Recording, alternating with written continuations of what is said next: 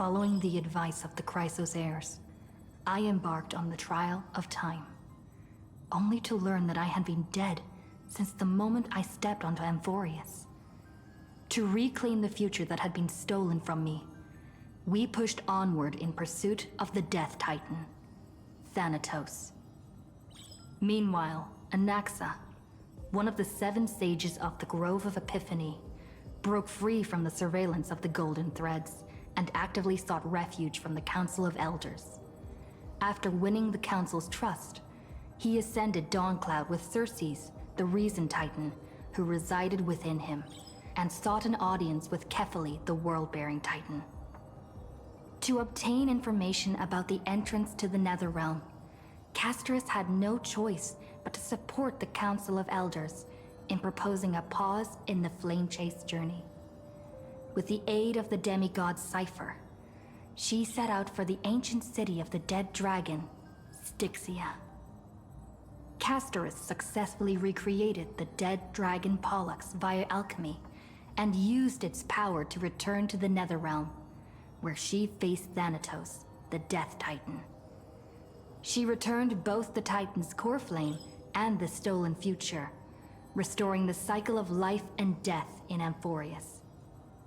Anaxa's soul met Castorus in the Netherrealm, where he proved his hypothesis regarding creation. At the Citizens' Assembly, he cast a pivotal vote and used the charge of blasphemy to thwart the Council of Elders' schemes for power, allowing the Flame Chase journey to continue. After returning Circe's core flame, Anaxa's physical body completely disappeared. With this, the Flame Chase journey neared its conclusion, and all eyes turned skyward.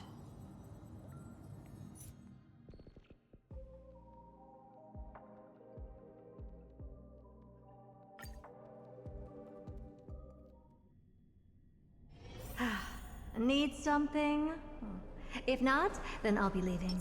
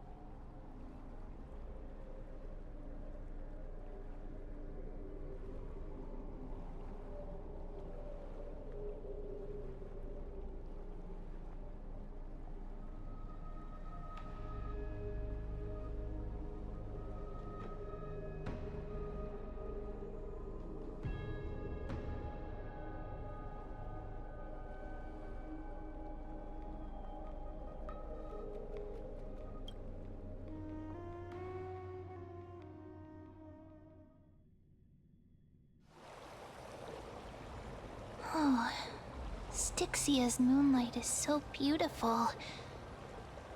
And the River of Souls is so quiet. It's like everything that happened was just a dream. I wonder if... You're right. We promised Cass that we'd continue the Flame Chase journey, so we can't let her worry.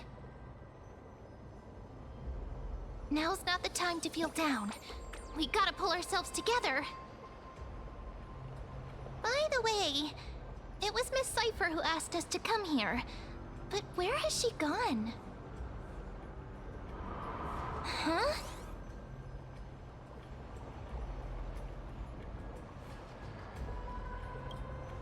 Yes, and this aura feels so familiar. Let's go check it out together. Be very careful.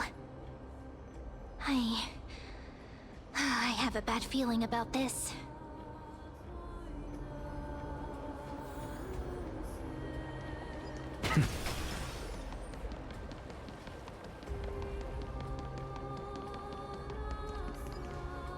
Hey, what's that on the ground?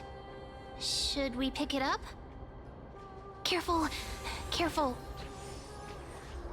It's a piece of black cloth. Now, where have I seen this before?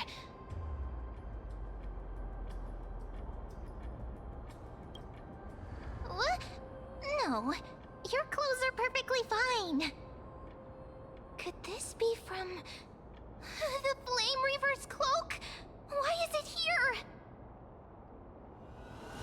Mimi! Look out!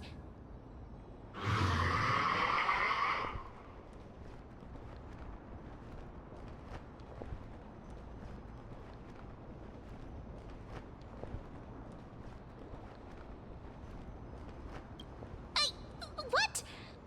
Now I'm sad. This isn't the time for jokes. Let's try our best to deal with them for now, and we'll slip into the past with Time's power as soon as we can.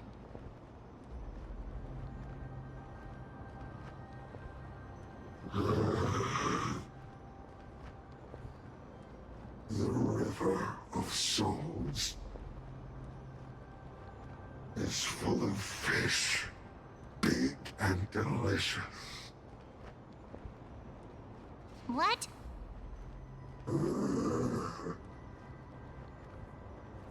The Flame Chase journey stops. Meow, meow. Meow?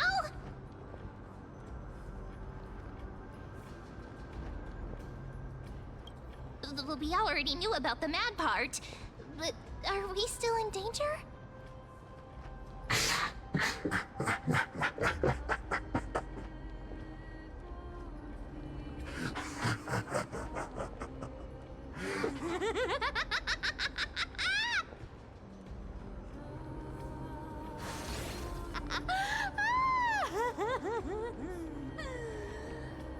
Sorry, I couldn't pass on the chance to give you two a good scare.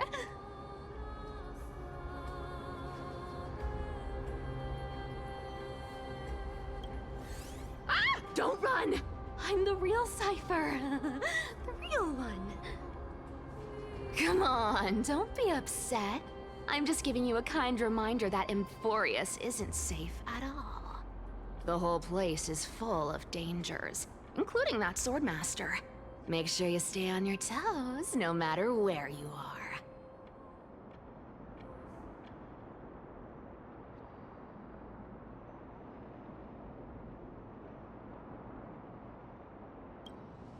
Really? But just a minute ago, that gray hair of yours was all standing up. You were so scared. So, was that a Flame Reaver disguise? Or a magic trick? It looked so real. Is that the power of the trickery demigod? Disguise? No, no, no. It's not as simple as that. Let me think about how to explain this. For example, what did you think when you realized that piece of cloth came from the Flame Reaver's cloak? we thought that maybe the Flame Reaver was around here somewhere? That's right. And then you heard some footsteps. What did you think when that happened? Well, we thought it must be the Flame Reaver coming this way. Yep, exactly. I just used some hints and, mental suggestions to help you believe in a lie. Lies are what Zagreus is best at. If everyone believes in a lie, then it becomes reality. Power to make lies into reality? That's got all my hair standing up.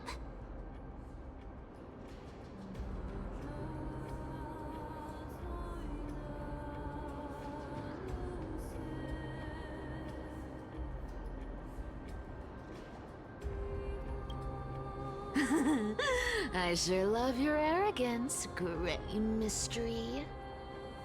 The seamstress trusts you for a reason. Someone as honest as you couldn't trick me even if you wanted to. So, there's no harm in telling you.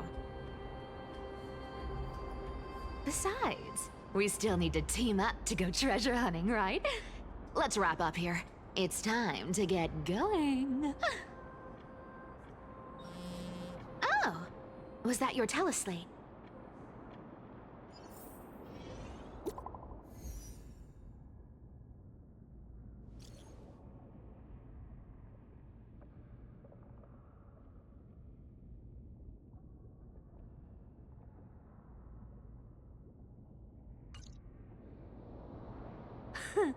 Aren't you a popular one?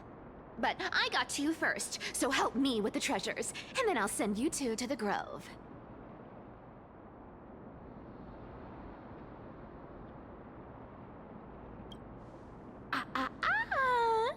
Curiosity killed the cat, you know. Do you think I'll spend it all?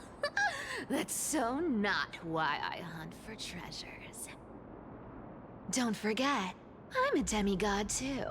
And there's a line reserved for me in that stupid prophecy as well. You shall walk with greed and die over petty change. But I don't believe in that. As long as I keep collecting treasures, then I won't need to care about petty change. And as long as I don't hurt other people when I get what I want, I won't be walking with greed. Right? Isn't that simple? So, as long as I keep going down this path, all those predestined prophecies and fates will never catch up to me. That was a long speech. I'm getting thirsty at this rate. The treasures of Styxia aren't gonna float up on their own. Come on, Gray Mystery. Show me what the authority of time can do.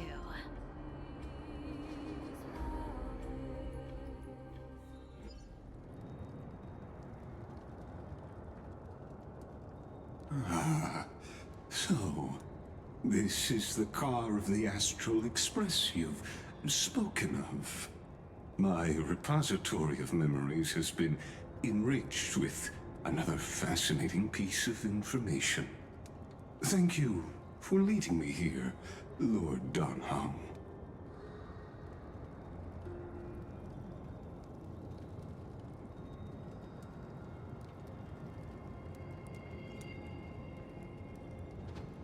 Archimans hold wisdom and knowledge in high esteem. If the citizens knew of your origins, I'm sure more would be intrigued by the Trailblaze. Sadly, discussions about the world beyond the sky remain taboo.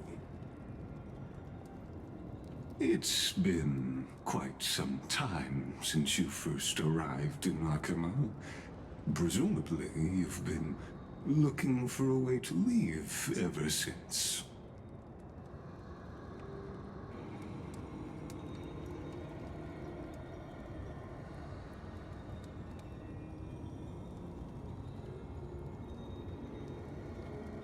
Don't be too hard on yourself, my lord. This puzzle has stumped Amphorius' scholars for centuries. It isn't something you can solve overnight. Even someone as gifted as yourself.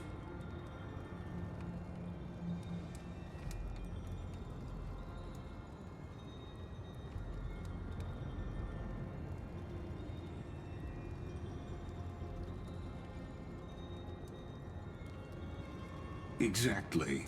Of the 12 Titans of Amphorius, Aquila is known for being the most capricious. The weather itself reflects their mood. Tranquil sunshine, mournful rain.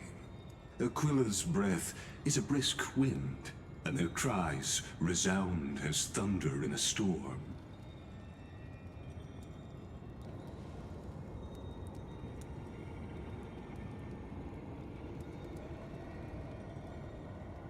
The sky above affects every citizen.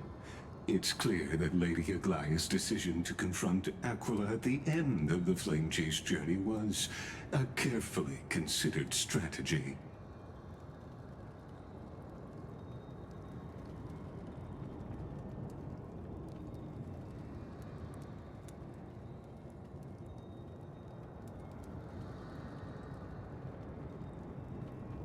Antikytherans have no home to return to, so I understand your concern for your old friends and homeland.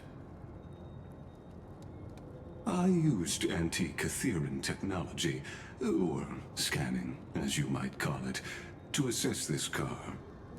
Assuming my judgment is correct, I might be able to conduct a thorough overhaul of its power systems. Of course, that's only if you, my lord, permit me to interact with it.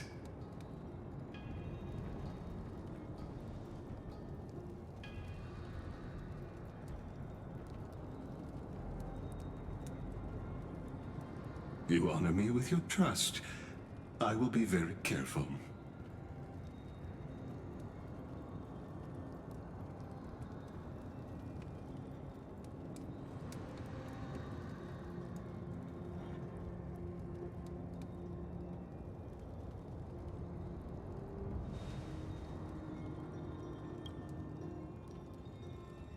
Not exactly, but we Antikytherans are inherently sensitive to machinery, carefully endowed our kind with a unique advantage for analyzing and learning.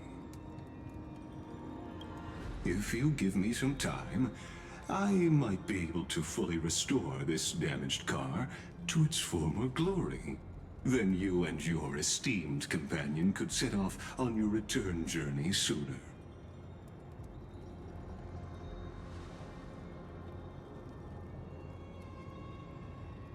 Hypothetically, Lord Darnholm, if I could open up a path out of Amphorius that circumvents Aquila's divine punishment, would you consider ceasing your support for the Flame Chase journey?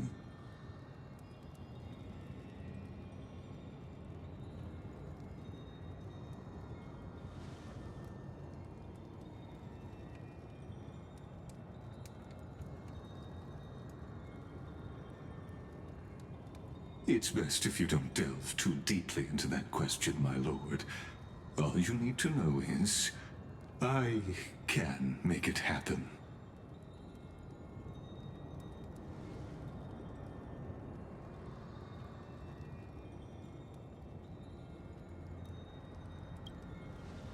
The crucial point is, if you and your companion are unwilling to halt your support for the Chrysos heirs, it could offend certain interests.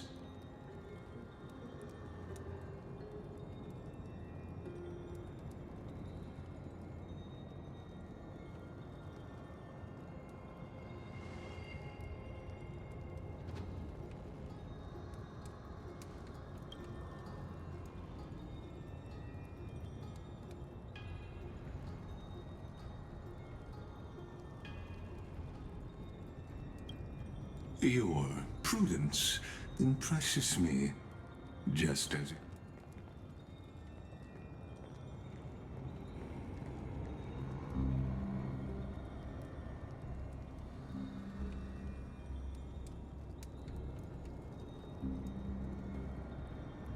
Please don't misunderstand, Lord Donhong.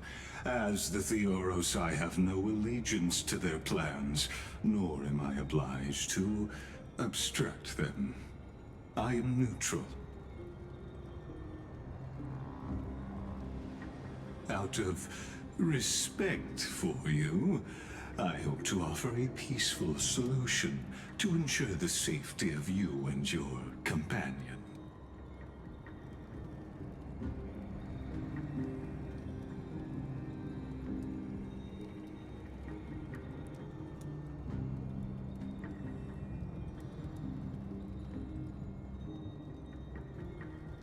I will not.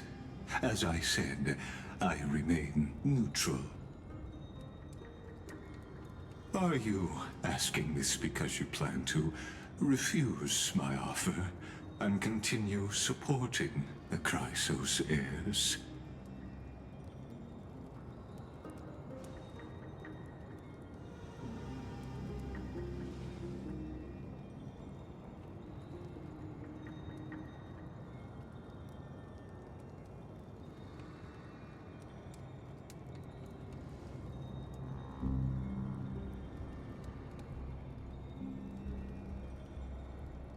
So I see. This is what you call trailblazing.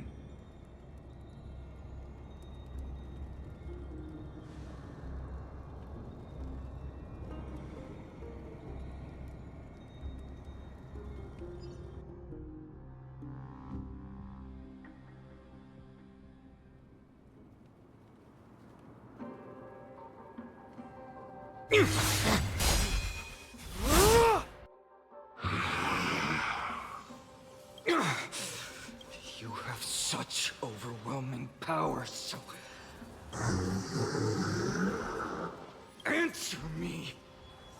Why do you stand in her way? Why do you want to take the core flames?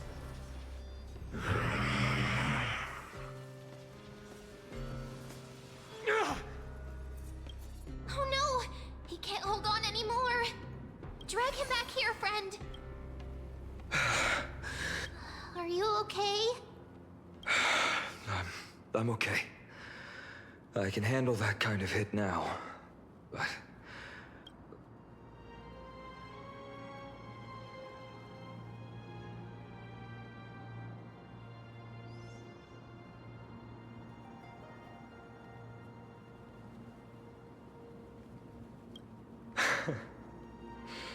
That's why I made sure you were well-fed and rested on the road. Thanks for the help. To face Aquila and other potential threats, I must sharpen myself with the most aggressive methods. Even so, it's impressive you thought of this training method. Battling the phantoms of the past in the River of Time? It's just like the hyperbolic time sanctum that the bards describe. It's working pretty well, wouldn't you say? But combat isn't just about strength and skill. You also need the right weapon. Compared to that guy's weapon, mine feels like I'm swinging a lump of iron.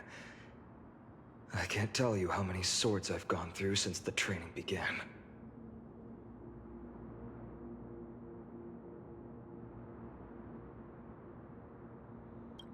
Don't worry, I've already arranged that. Of course I need him. I asked him to make a suitable divine weapon for me.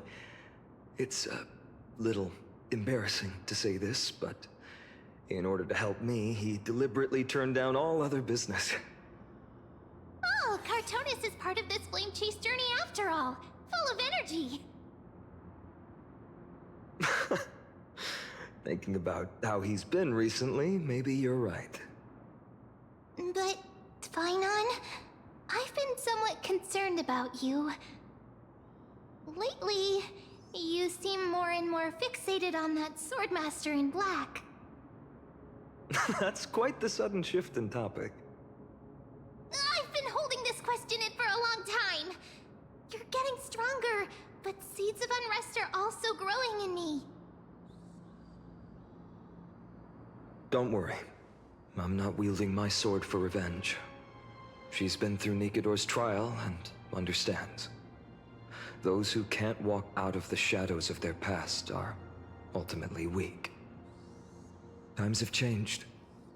The responsibility I bear is both precious and fragile.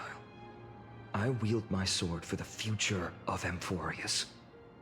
I will not let hatred cloud my judgment again and neglect my duties.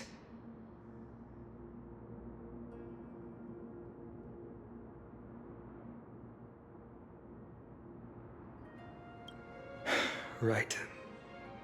I must continue sharpening my skills. Eventually, I'll need to face them on the battlefield. Every time I say something, things get so serious. I don't want to be the person who keeps bringing the mood down. I'm out of energy for training today. How about we go to the Library of Philia to lighten the mood? Sure, that's what I've been looking forward to. We deserve to enjoy ourselves after all the hard work. Today, I'm definitely going to...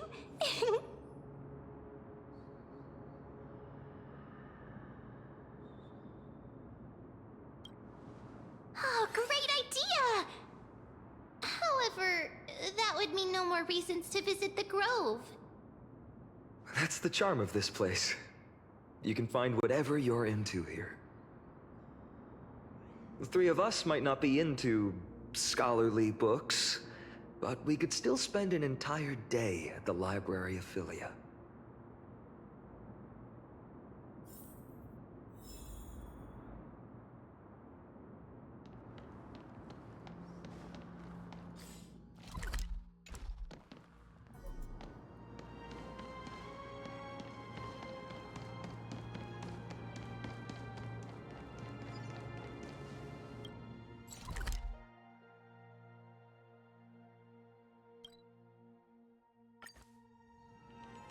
Here we are! Where was that slate last time? Was it here?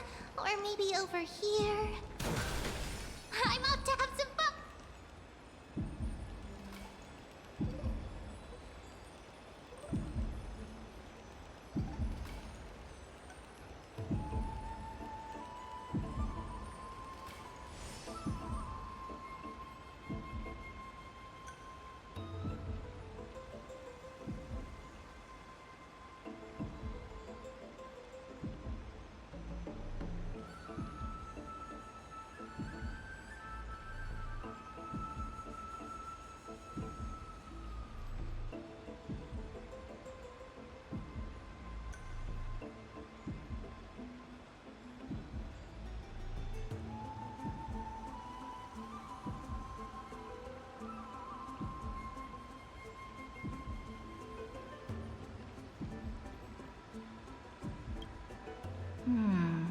I wonder what Finan and Mem are reading.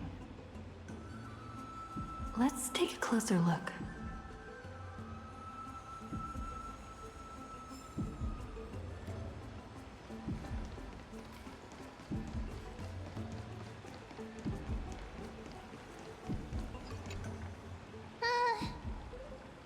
Month of cultivation, curtain fall hour, a time to feast on grains, but poor time for fishing.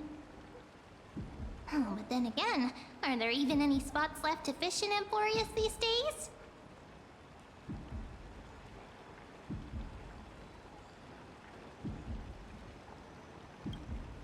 Ah, you scared me! Bursting into someone's world like that can really catch them off guard. Well, no more jokes. There's nothing here. I'll go look elsewhere.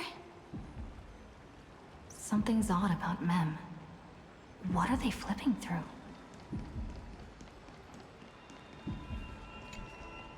Oh, these cards are so detailed and fine. Ruler, Weaver, Traveler, Healer. But the interpretation for each card is so long. Do I have to memorize them all?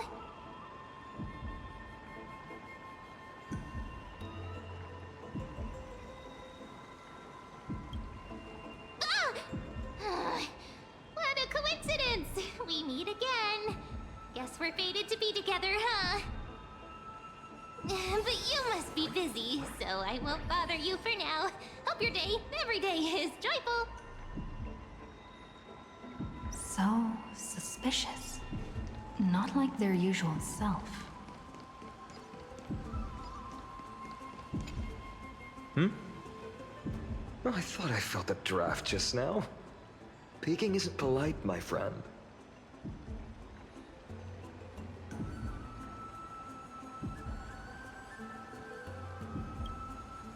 In front of you all. That would be pretty careless. Here, look, I'm reading this. Antiques Appraisal. How to make a fortune.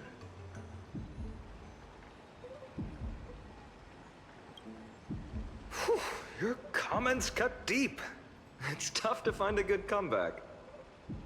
I've spent a lot of time pondering how Aglaia became such an effective leader. Beyond the intangible qualities like personality and ethics, a major reason is her family wealth. That's the perk of growing up in a big city, isn't it?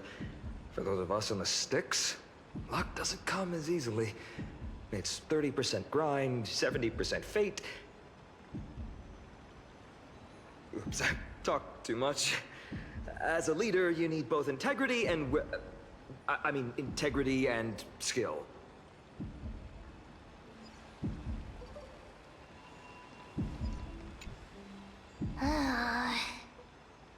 You sure are persistent. All right. I'm totally helpless against your charm. What are you guys chatting about? Is this the Amphorius Divination Compendium? Why are you here too? Sorry, seeing you two chasing each other around, I suddenly found my book not that appealing anymore. Never thought Mem would be into divination. But it's not exactly a niche hobby, so why all the secrecy? I wanted to set up a surprise! Master it in secret and give you all a shock. But getting caught halfway through, it's only natural I'd feel shy. A girl's heart is more delicate than Aquila's ever-changing moods. A surprise, huh? Someone else used to tell me the same.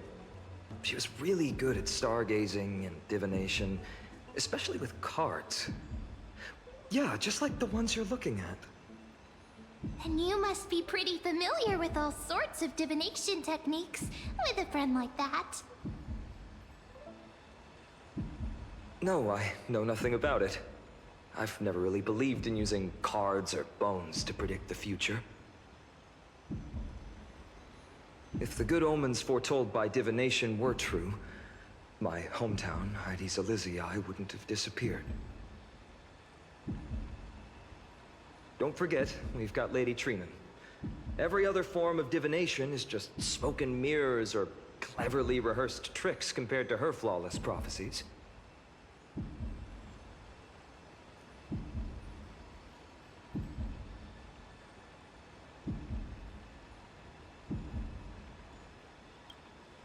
To me, divination could be a power that guides our spirits. Fate always casts a shadow in front of us, clouding our view of the future. That's why people turn to divination. It's just to find a small reason to give them courage to face the unknown.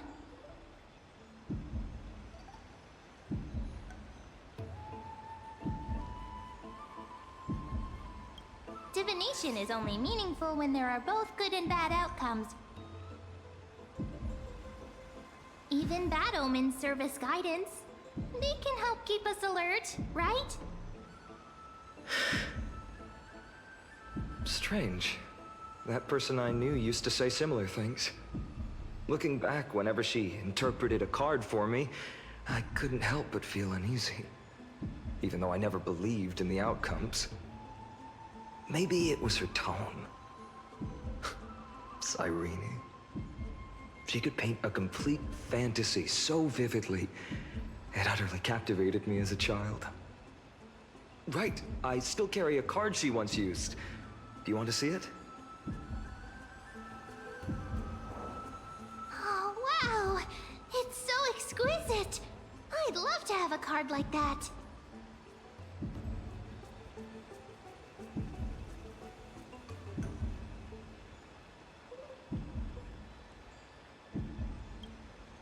Oh, now that you mention it, yes. It would be even better if it were made of, say, crystal. Speaking of which, partner, there's something I haven't shared with you all. Remember our first trip to the Temple of the Three Fates? The riddle that Orynyx posed to us?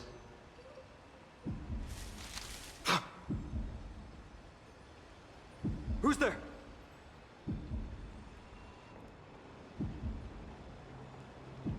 You are...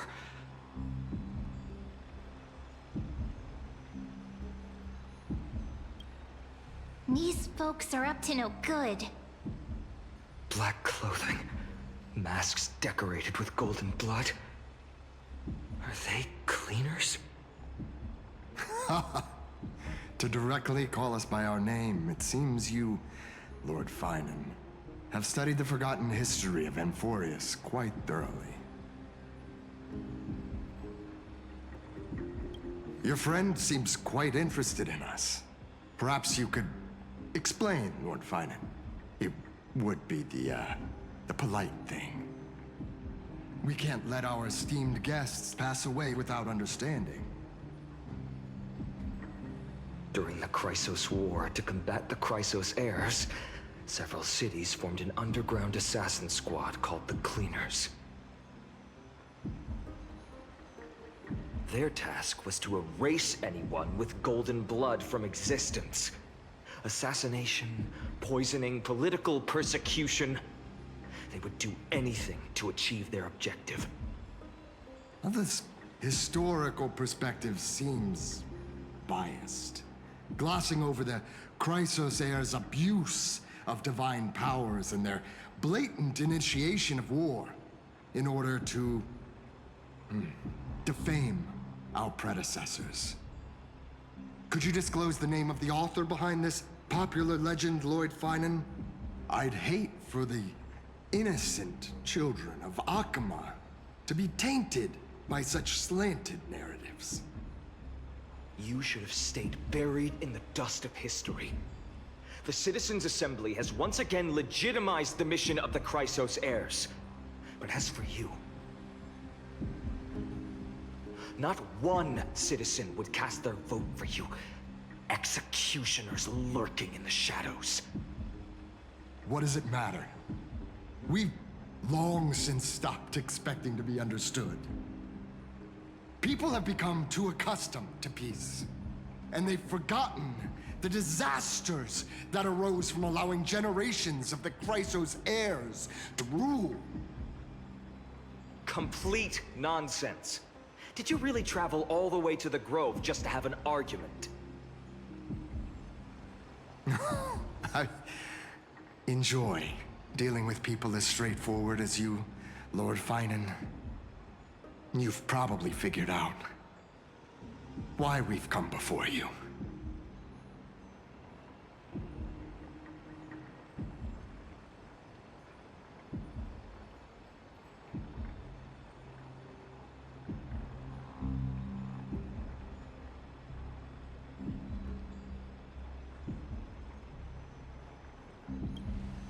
Keep your cool, partner.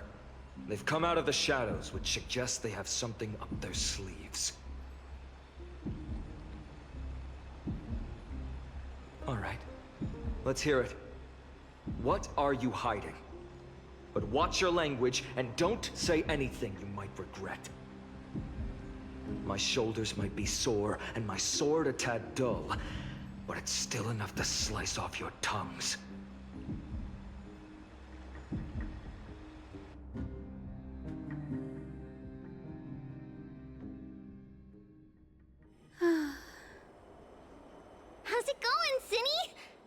place fits, doesn't it? It's a bit small, but the lighting is perfect. Thank you, Lady Treby. With this, the Twilight Courtyard can be reborn in Akama. Do you like it here too, little Ika?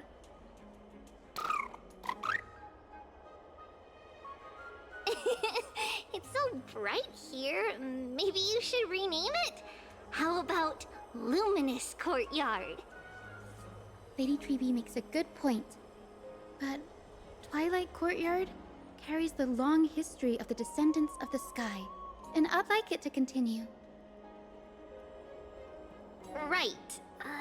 How does the legend go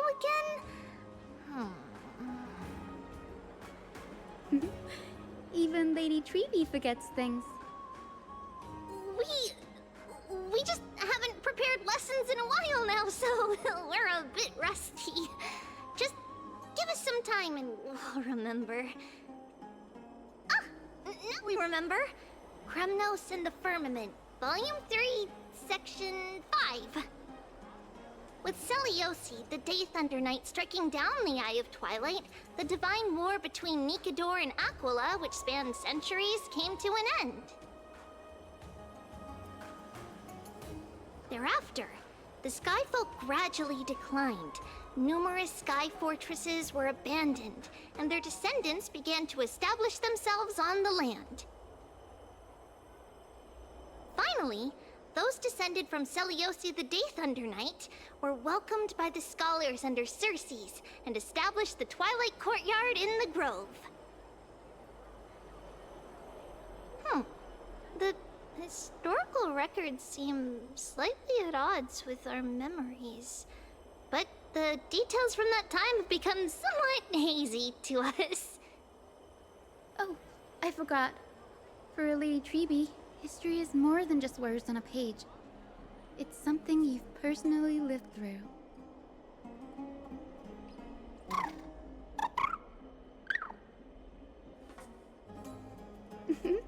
Little Ika loves listening to the stories from the legends. I'm sure you're also imagining one day you'll be as awe-inspiring as the winged beasts by Celiosi's side. That day will come. I believe it. Just keep growing. Lord Crediros? Miss Hyacinth. And Lady Treby. Good to see you're doing all right. I heard from the citizens you were nearby and came to check. Doing all right. What's going on, Crediros?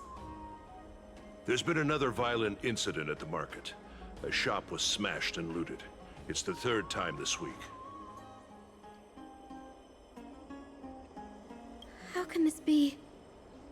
I always thought that with Lady Aglaya here, Akama would remain peaceful. That was true in the past. But these days, forgive my bluntness, her senses may not be as sharp as they once were. Aggie. In my opinion, malevolent forces have noticed the slack in the Golden Threads and are now plotting to exploit the opportunity. The Citizens' Assembly just wrapped up. Why is there still unrest? The Chrysos heirs won by only one vote, Lady Treby. From my years of experience, a narrow victory often walks hand in hand with unrest. Trouble! Miss Hyacinth! Trouble! Clementine. Take a breath. What's going on? Please! Something terrible has happened at Marmorial Palace! What is it, Doctor? Calm yourself and talk us through. Lady Aglaya! It's Lady Aglaya who's in trouble.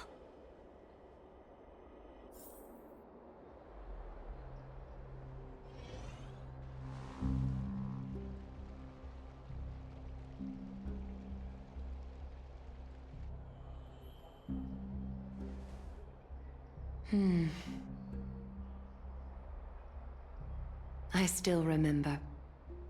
This bath that overlooks the entire palace was built by the Council of Elders 900 years ago.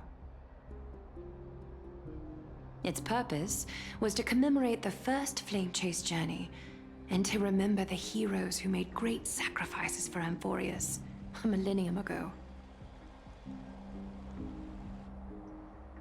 Rules were set then.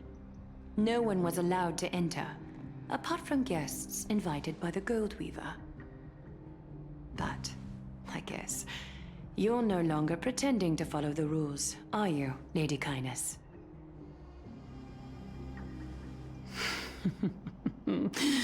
Aglaya. You ageless witch, hiding behind a divine facade to deceive mortals. We've been far too kind with you. Kind? There's no need to use such a word to cover up your incompetence. Anaxagoras humiliated all of you before the citizens. If you still had any shred of shame, you'd throw yourselves from Dawn Cloud at the curtainfall hour to salvage the last fragments of your dignity. Demigod, why not gaze into the water's reflection and see the wretched face you wear now? These days you're not only blind, but also deaf. The cleaners were born for this moment. When all orders, rules, and laws fail to restrain you, it's time for the dagger to pass judgment. If you're in such a hurry, give it a try. Going toe-to-toe with a demigod? We're not that foolish. The dagger isn't at your throat, but...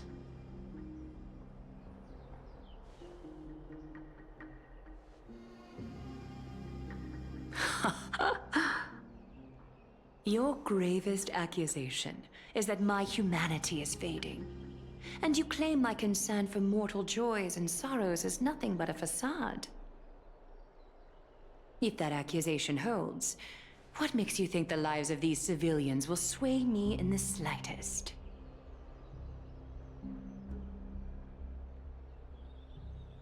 Fine. I'll gladly use a few more words to shatter that demigod facade of yours. Like I said, you're not only blind, but deaf too. Lately, your control over Akuma has weakened.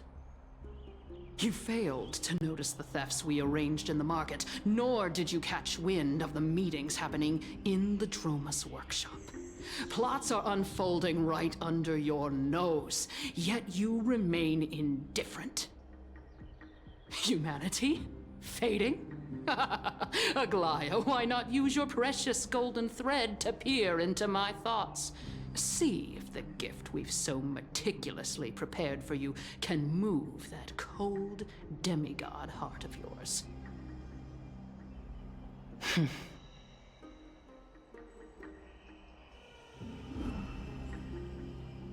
In this moment, I only regret not being more ruthless. Because your evil is beyond cure. You finally figured it out. You have grown dull. I've been holding that image in my mind this whole time to make sure you could see it clearly.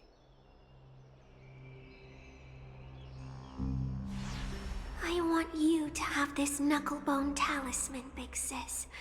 I hope it brings you luck every day and keeps you safe from bullies. That girl who can't speak or hear. What if she accidentally lost her eyes too? You know better than anyone what it feels like to lose your sight. Imagine if 1,000 years ago you, already blind, had also lost your voice and hearing in your youth. Would you still have become the Aglaya you are today? Look at those broken, pleading eyes. How disappointing. We overestimated your cunning. If this plan fails, we still have dozens of splendid parting gifts prepared. Demigod, would you like to hear about them? I thought I could buy some more time. In these 1,000 years, I've witnessed the fall of 10 titans. From my naive arrogance at the beginning to slowly learning how to guide others.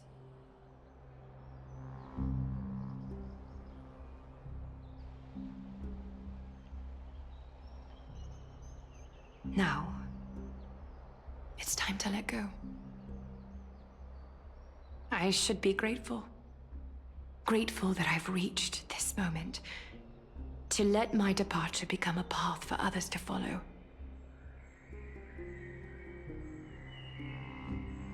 Have I done enough? If I embrace that prophecy now, and sink into the warmth of these waters,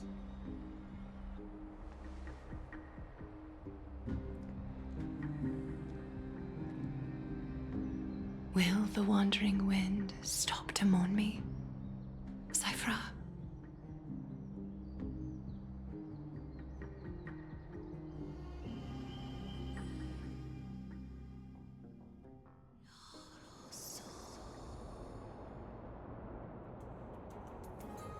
Seamstress! I've come as promised. Look at this box full of gold and silver treasures! I bet there's stuff here you've never seen. Come on! As we agreed, I want to buy the most valuable clothes you have. Little thief! You've got some nerve, barging into my shop dressed in those tattered rags. What have you brought? Let me see. Here, take a look. Only the finest goods. See the sapphire? It's even more blue than Fagusa's eyes. Such exquisite luster. I've only seen an ocean's tier of this quality in my mother's treasury. Wait, you've seen one before. And here I thought I'd leave you speechless. What a letdown. It's just an old memory. My family estate all burned to ashes long ago. This workshop is what I built from scratch. Wow, a daughter rebuilding her family business. How admirable. Enough with the jokes.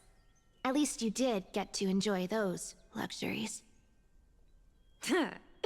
Mind your manners, Kitty. Tell me, Cyphra, where did you come from? And how did you acquire these treasures?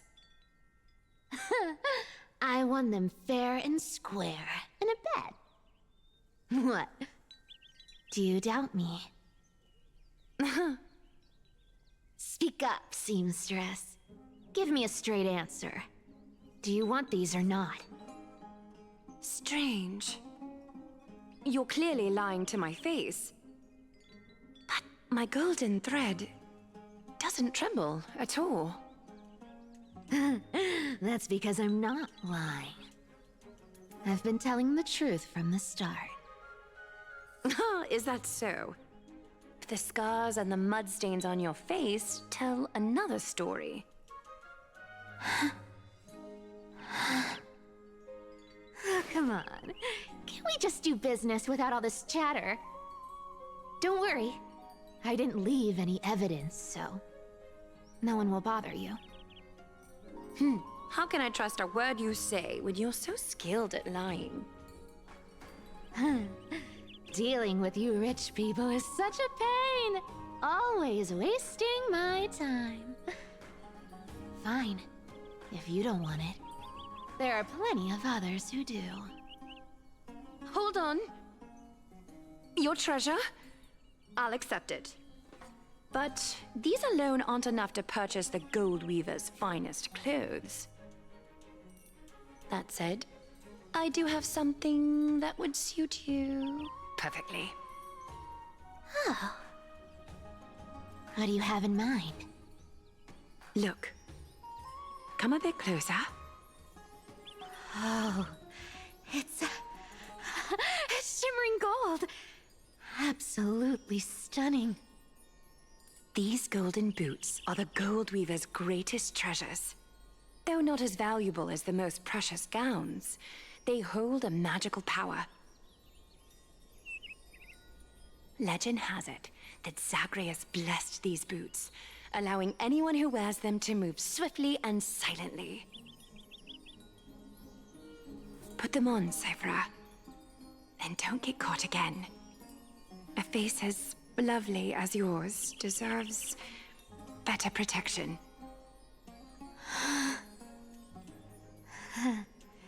You rich folks just love sticking your noses in everything, don't you? Well, I'm taking these now, so don't get any second thoughts.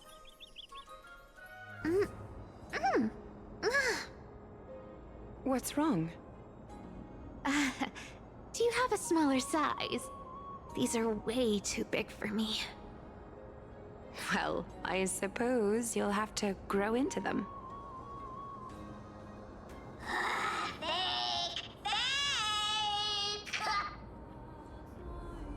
Do you have to interrupt me in the middle of my story? Fake? What's fake? Those boots definitely don't hold Zagreus' divine power! You're Amphorius' most cunning liar, and even you were fooled by a Glyad! Watch your mouth, or I'll feed you to the fish in the River of Souls. Weren't you curious how I got tangled up with that seamstress? Well, now you know. Satisfied?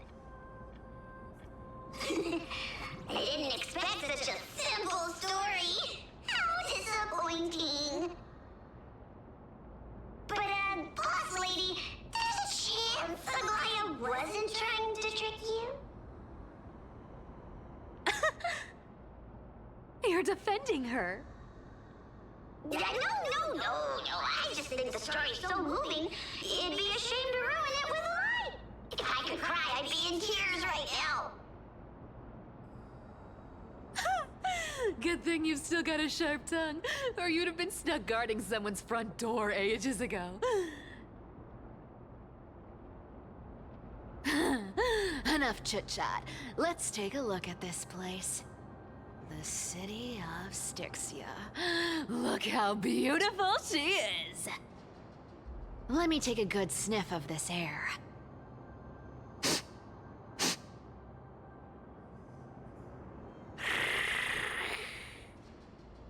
This air, It's filled with the scent of treasure everywhere. Wonderful! Just wonderful. thanks to Castorus and Grey Mystery, the ancient city's barrier was finally dispelled. Now that I think about it, helping them was well worth it. Time for treasure hunting, Barto! Lead the way, and whatever we find, we'll split 80-20. Well, I have a suggestion. How about, 70-30 instead?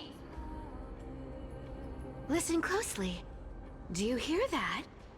The gnawfish in the River of Souls are growling with hunger. 80-20 it is! How generous you are, Boss Lady Cypher! Anyway, what's with all this water? It's damp, cold, and miserable here. I hate it. Ooh, the mighty demigod of trickery! Uneasy around water? You wouldn't understand. The people of Dolos are talented in many ways. Just, not in swimming. Why don't we have a race? Long distance, sprint, or laps? Take your pick. What's got you so worked up? Relax. Who would have thought the fearless Lady Cypher was afraid of water? Can't hate getting wet. What's so hard to understand about that?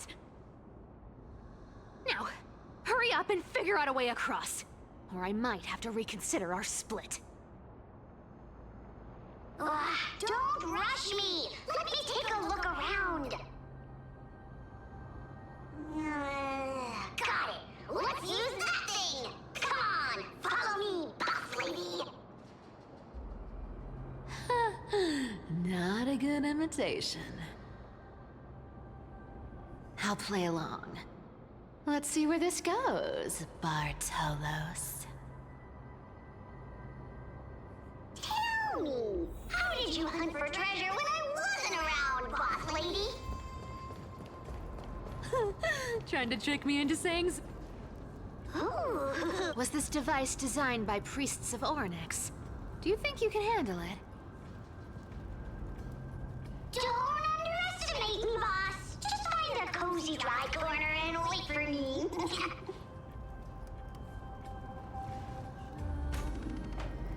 Mission accomplished. Now you don't have to worry about your tail getting wet. Not bad, but just a warning. If this thing fails while we're halfway through the water... Don't worry, trust me. For that sweet 20% cut of the loot, I'll make sure you're taken care of.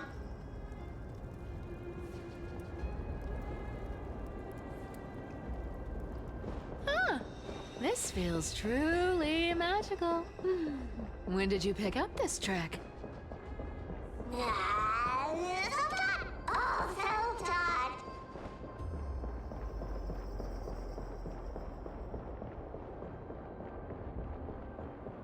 We're here. Can we turn off this spotlight now? It's really blinding. No problem. Just use it. The scent of gold coins, gems, and fine leather. It's so refreshing. Yes, right here. What are you waiting for? Start digging. Roger that. Watch me.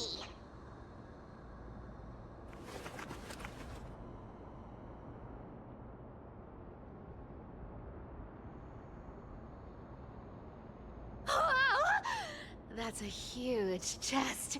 Move over. I want to open it myself. Wow, wow. A massive haul. Unbelievable. It's hard to imagine the kind of luxurious life the people of Styxia once led.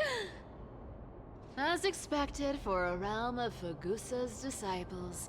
This entire chest is filled with ornaments made from ocean's tears. Here! Take this. See if it suits you. Ooh, thanks for the gift, boss. Much appreciated. Look at the clarity of this purple crystal. It matches my skin tone perfectly. Oh, safer, safer. You truly have the most refined taste of all thieves in Amphorius. Let me try this on. Huh? Where is my treasure?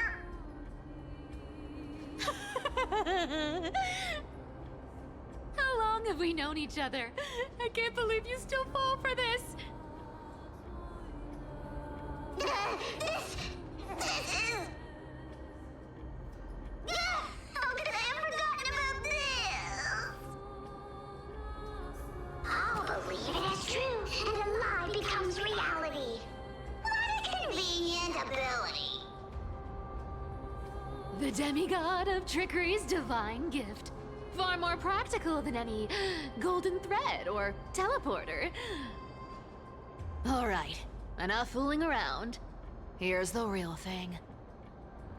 Lead the way. Cypher rules! I've already pinpointed the next trove of treasure! Starting navigation. Boss lady, we're set to make a fortune this time! Got any plans on how to spend it? Of course. Spend nothing. Have you forgotten my silly prophecy? Whoa! Uh-huh. Here we go round the river of souls. Spirit thief goes, spirit thief goes. Ah! There's a big... Look at its face. Oh my, how could something be so ugly?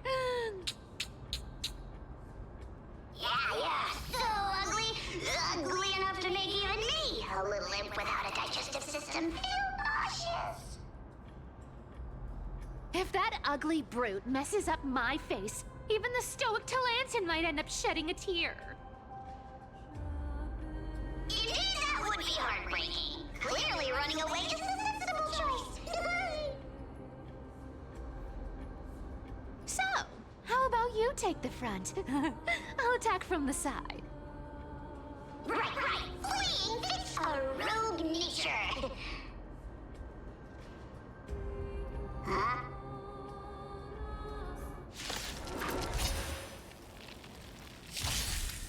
We can do it! Really bold? Expand your thinking. With this divine power, I reforge all things! Watch your head. Impressive. It's on me.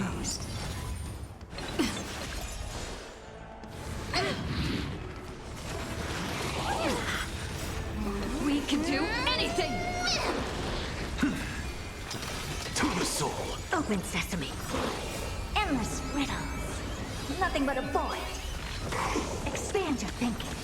Watch it crumble. Such an ugly and useless creature, taken down with just a couple of hits. How boring. Hey, Bartolos, are you still alive? Give us a squeak if you are. Squeak! Look at you, all shaken up. Can't handle even this bit of action. It should be safe here now. Get to work. Aye, boss lady Cypher.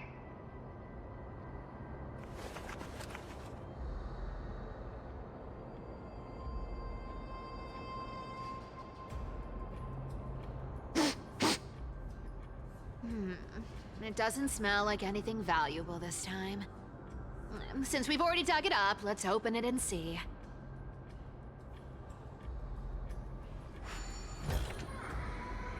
Huh. Is this?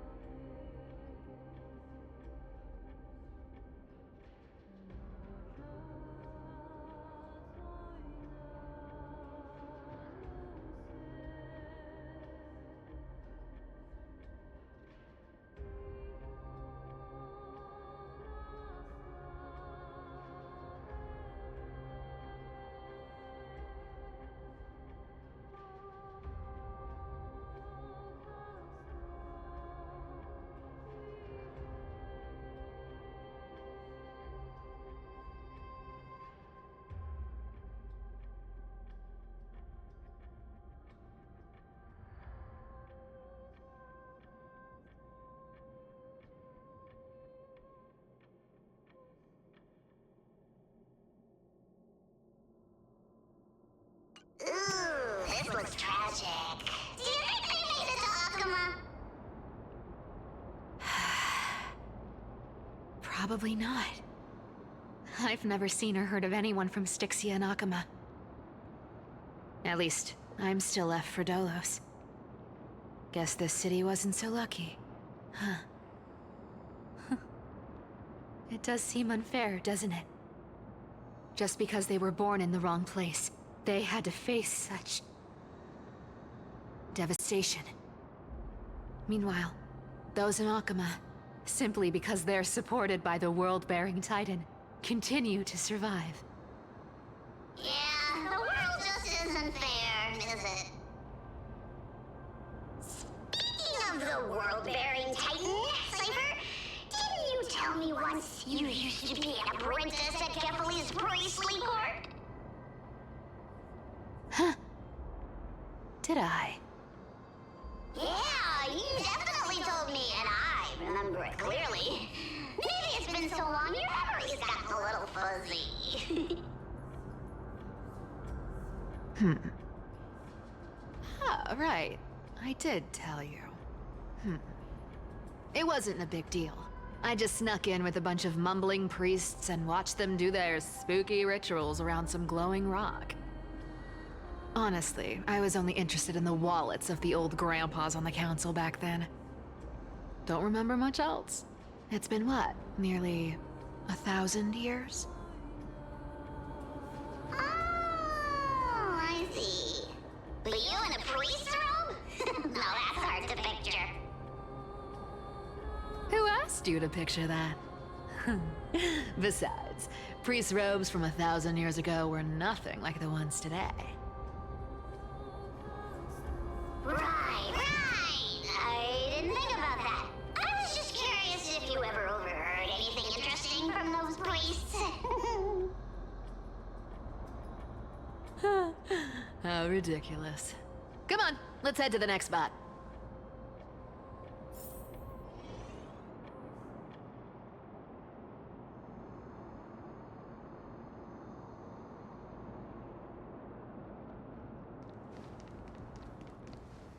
Where did this roadblock come from?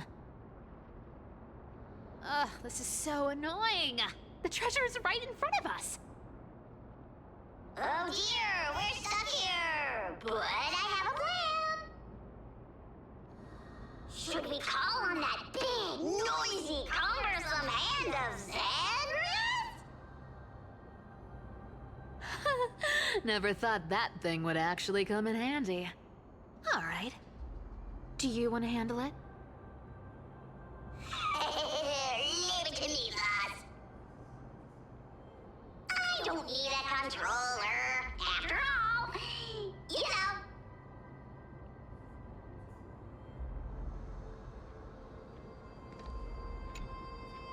Hand of Zagreus. My darling. Activate!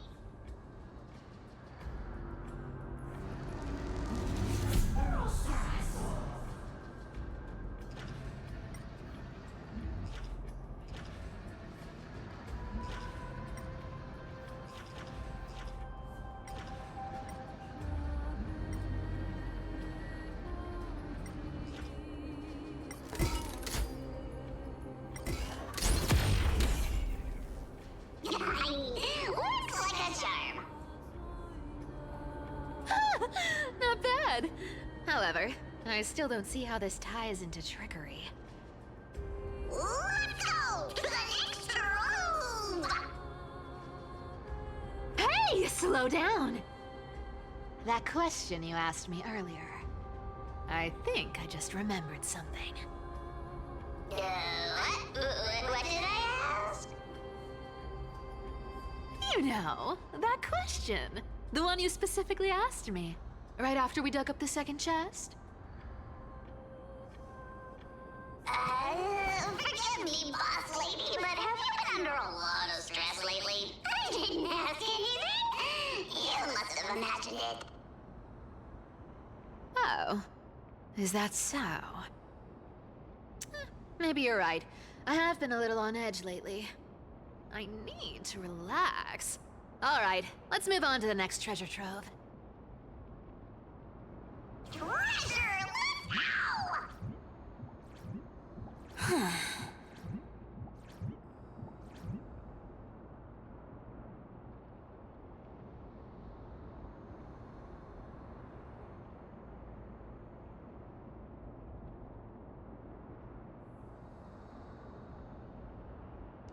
Twinkle, twinkle in my chest, how this core flame is the best. This scent feels like something incredible is buried here. Incredible indeed! If even Boss Lady says so, how could I not be excited? Do I need to give instructions here? Get digging.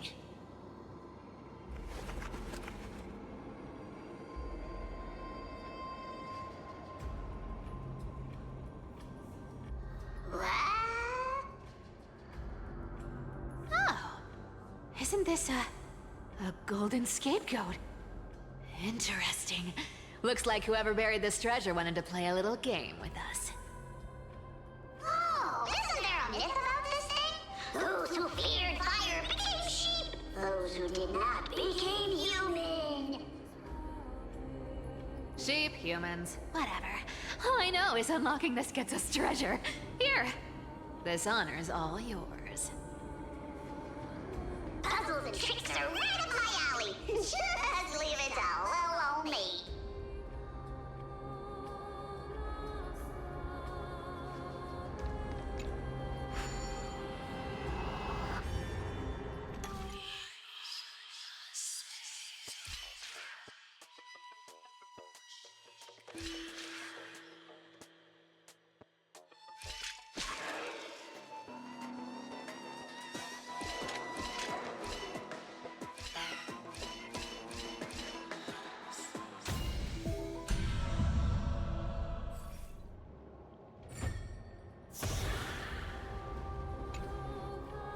Told you, nothing can stump me.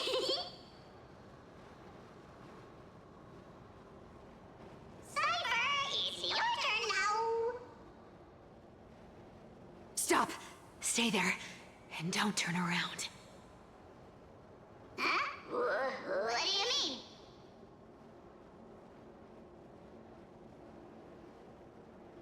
I told you, don't move.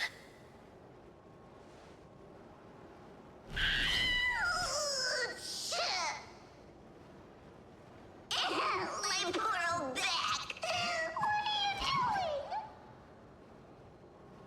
Shh, quiet. Don't say anything unnecessary.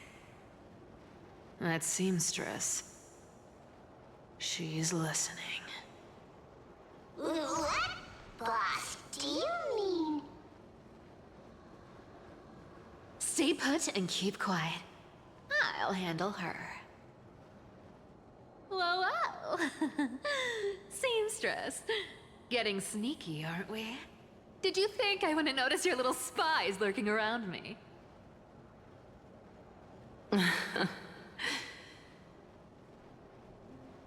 As time passes, I find myself leaning more and more on blind luck. With only the power of this little nymph, naturally I couldn't slip past your sharp eyes, Cyphera.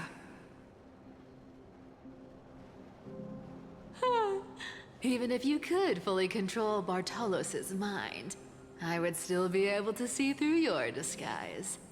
Aglaya. You've gone to such lengths to spy on my every move. What exactly are you after? I've told you before, you don't need me to succeed. Why don't you just let this go? I already made an exception and got involved with Castorus and Grey Mystery. Asking for more now. Isn't that pushing your luck a bit too far? I'm sorry, Cyphera. I've plotted and schemed my whole life. But I never could have predicted our relationship would end up like this. I've spent centuries trying to figure out where I went wrong, replaying every moment over and over. But you've never given me a chance to explain myself, face to face.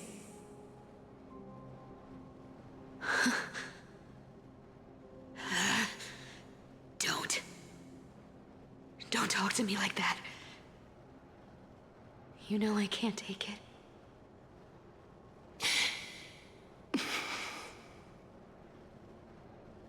1,000 years ago, out of foolishness, I let my silence steal away the most beautiful sound I'd ever known.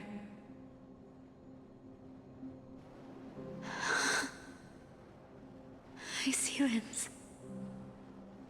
So this time, I must say this to you, even if it's all in vain. I need you, Cyphera. The Chrysos Heirs mission needs you. The finale I've delayed for far too long. It's finally here. Whatever resentment you still hold against me will fade once I'm gone. Please, come back to Akama. I'm begging you. Without you, they don't stand a chance.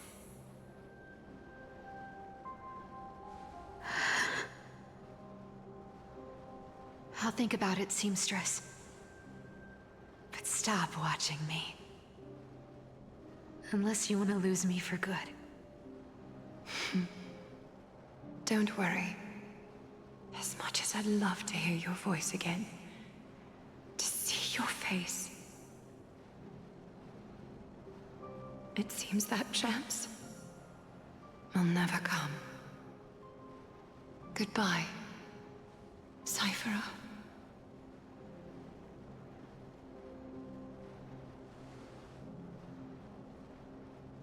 Goodbye, Aglaya.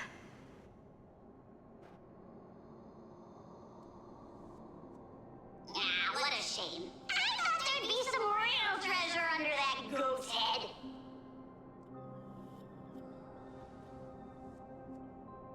Turns out, everything in that chest was soaked in water from the River of Souls. Nothing valuable left. Those relics were once priceless. But time has eroded away all that they once were. Aww, hearing that from you makes it sound so sad. Wait, why am I getting all sentimental? I haven't even processed what just happened. That horrible woman. When did she... Oh! If you see her, let her know this. As demigods, we can't avoid our duties forever. Could it have been back then? When... Do you remember now? Looks like you don't need me to jog your memory. She must have slipped that nymph into your pocket while you were distracted. Don't underestimate that bug. It's every bit as dangerous as the seamstress's golden thread. Let your guard down for even a second, and it might take over. Make you spill secrets you'd never share otherwise. Whoa, that's like some brainwashing monster straight out of the Black Tide! Creepy. Boss, how did you realize something was wrong? I'm curious. What exactly did that nymph make me say? Huh. Actually, it gave itself away very early on. Speaking of the world-bearing titan, Cypher, didn't you tell me once you used to be an apprentice at Kefali's priestly court? We've been partners in crime for 1,000 years. We've talked about everything there is to talk about. Except for that one experience at Dawncloud. I never told you about that. I absolutely wouldn't have shared that with anyone. But, boss lady, there's a chance Aglaya wasn't trying to trick you? And as far as I know, the embodiment of trickery despises that golden thread which forces people to speak the truth. You'd never defend Aglaya. Isn't that right, Zagreus?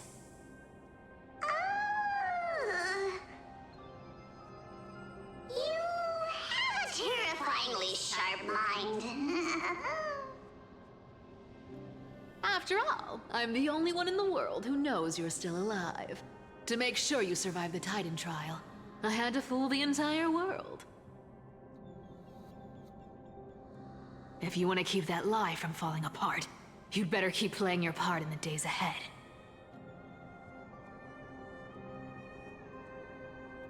Even if it weren't for saving my worthless little life, I'd still walk through fire for Cypher without hesitation. You may have been reduced to this form, but you still haven't lost your way with words. Speaking of which, Cypher, you're not taking that wicked woman's words to heart, are you? Life's been pretty great lately. Why get into trouble now? Don't you think? Honestly, I've been thinking. Maybe a trip back now wouldn't be too bad. You're back again, Cyphera, your face. I need clothes. Anything. Just throw me something. A piece of cloth will do. Just enough to cover the wounds. I will pay back the amount I owe. I promise. You're bleeding golden blood. Yes, what about it? So what if I'm one of those Chrysosairs they talk about? Those infinitely strong heroes, world-renowned swordsmen, exceptionally intelligent scholars. Cyphera. Oh, I'm sorry to disappoint. Who knew that group of amazing people would include me? A pauper, thief, con artist. Maybe I should just make another cut to drain all this yellow stuff out of me and... Stop it, Cyphera. I'll give you clothes, warm you up, and stay here. Stay in my workshop until you're healed. Aren't you going to ask me how I got these wounds?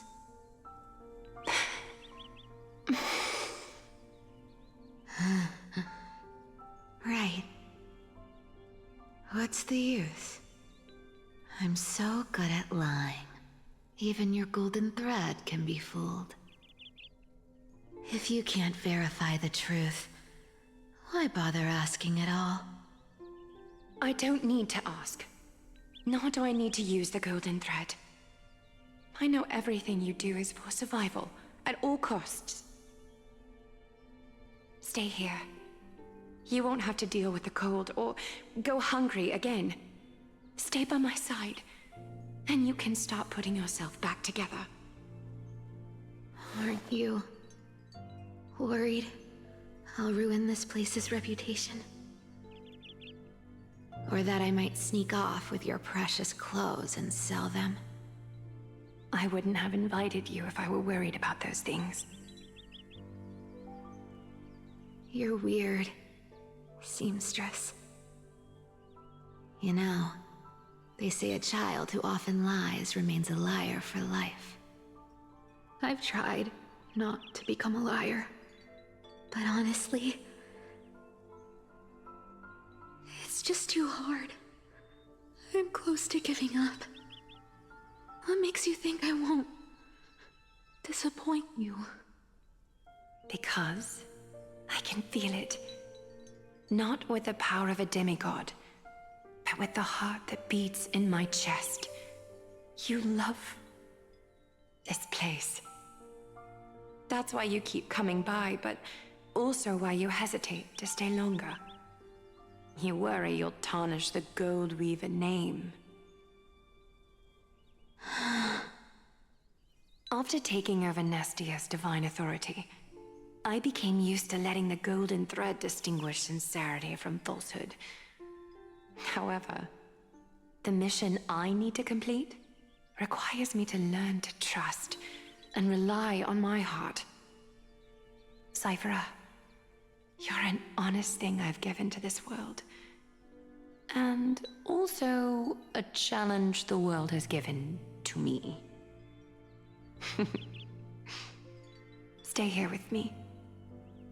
You have a beautiful face that deserves better than to be covered in scars and grime. You've got a way of talking that's hard to follow. All right, let's make it a deal. You have one day to change your mind. Once the action hour passes, there's no turning back.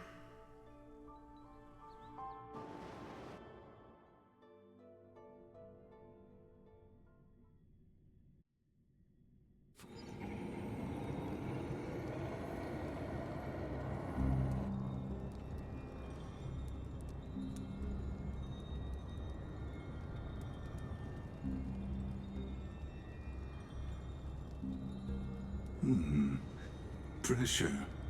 Fear. Planting seeds of anxiety. It seems this is the strategy they've chosen.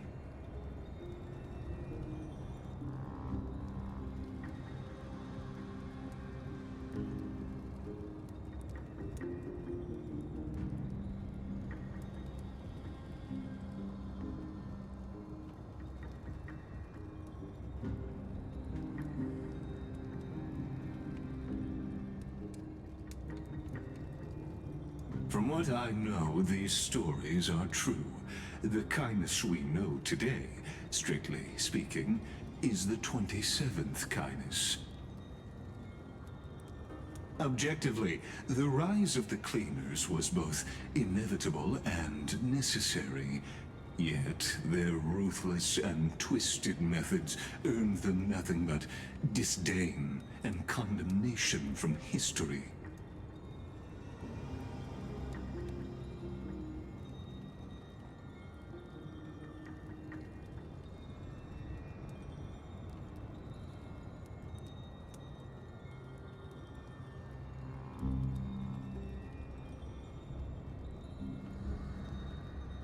Even in these crumbling end times, there are always those who find ways to profit from the chaos. To ask the vested interests to abandon their status, wealth, and ambitions in this world for a distant ideal may be no easier than creating a miracle.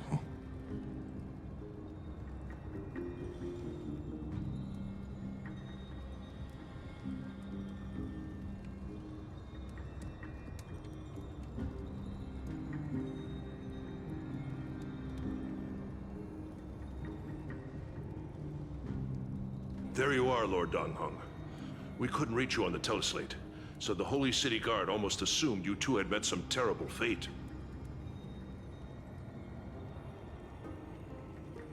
You pests crawling in the shadows, back off. Your plot ends here. You played your hand. Run while you still can. It might be your only chance to survive. Stay away from Akama forever. If you set foot there again, the fury of its people will tear you apart. Because Aglaya is dead, and in the eyes of the Holy City citizens, her blood is on your hands.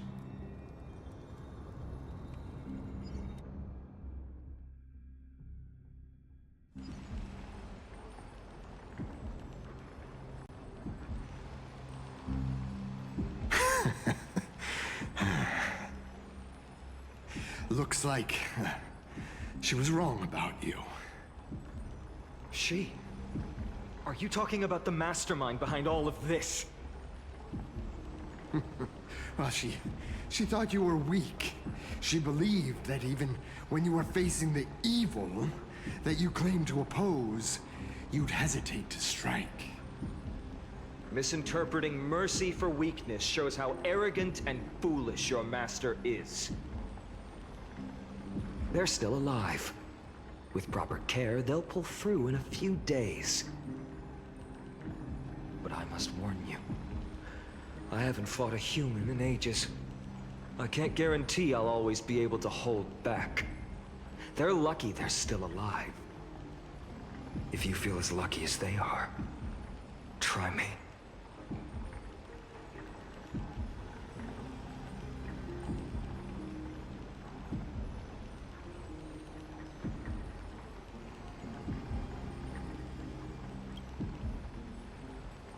Fainon is seriously upset. Get out of here. Don't show your face around us again. If If your master wants to stop the Flame Chase journey, she'd better bring an army that makes Kremnos at its peak look like child's play. I've said it more than once, Lord Finan. We're not here to start a fight. We came only to ensure you weren't anywhere else. While you were unaware, we already accomplished our mission to buy time. So, Lord Finan, until next time.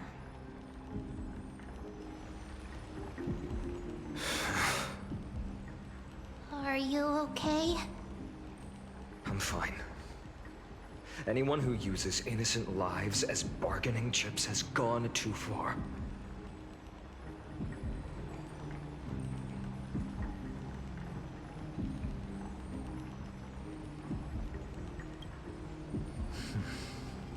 I guess the opposition within the Council of Elders is still desperately fighting to obstruct the Flame Chase.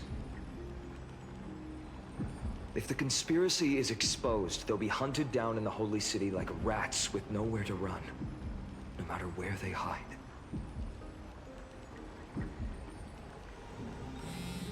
My teleslate.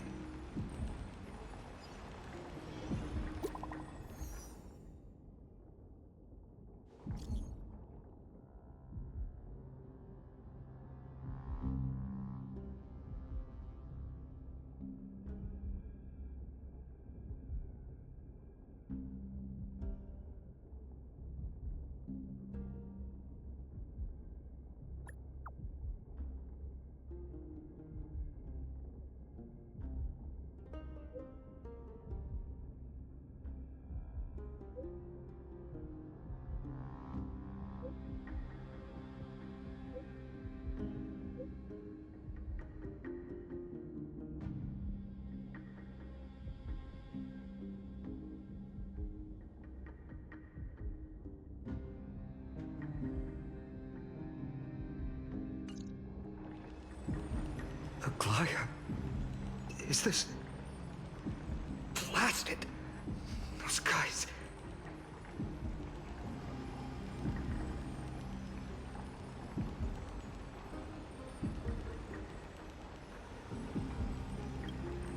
But how could they possibly... Stay calm. This could just be one of her schemes. I won't believe it until I see it for myself. Finan, what should we do now? Stay on course. I'll contact Treeby and ask her to keep the citizens calm. We'll hurry back to Akima as fast as possible and assess the situation in the city. If we run into any enemies along the way, I won't be merciful this time.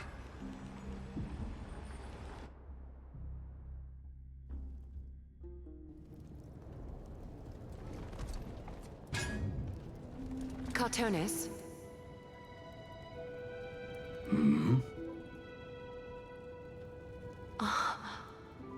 You're forging a sword for Finan, aren't you? I haven't seen you wield the hammer in so long. I couldn't help but be entranced by the sight. You, Aglaya. In this form, you come to me. It means... That's right. At this moment, my physical form is already shattered. My journey as a human in this world has come to an end. It's time to fulfill our pact. Of course. The pact I haven't forgotten. The thing I entrusted to you, do you still have it?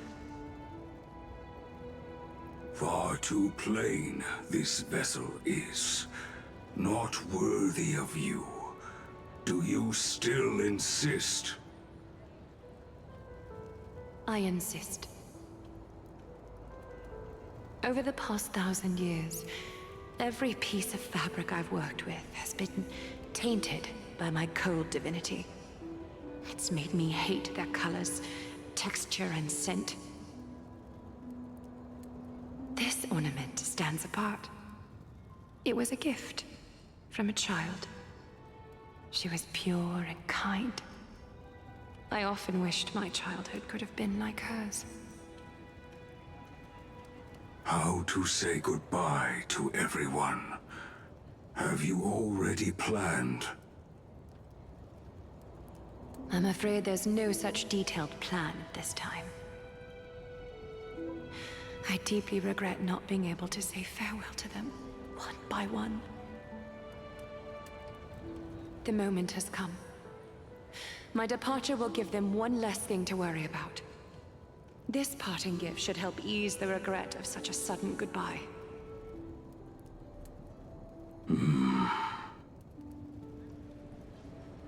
Invented for the Titans, Kremnos' soul-forging technology was, though divinity it retains, filtered out, the remnants of humanity will be. Is that what you want, Aglaya? You've confirmed this with me repeatedly. Yes, Cartonis. I need you to do this for me. Condense my divinity into this ornament. It might still be useful in the future to help them complete their mission. Selfless until the end.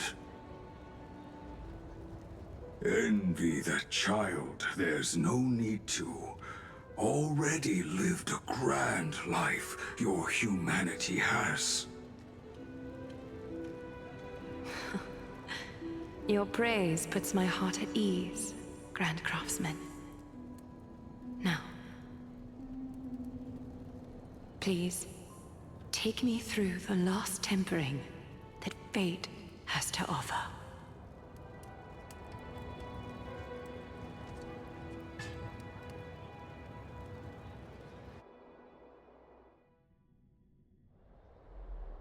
The city is silent, and tension is building with every passing second.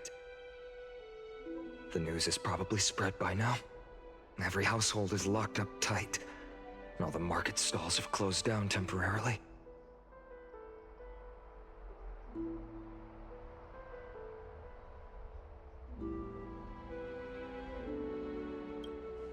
I hope so. I just can't believe she'd be taken down by a handful of assassins. If this is all part of a larger plan, Treby must know something. She just couldn't say it in the message. Let's go find her.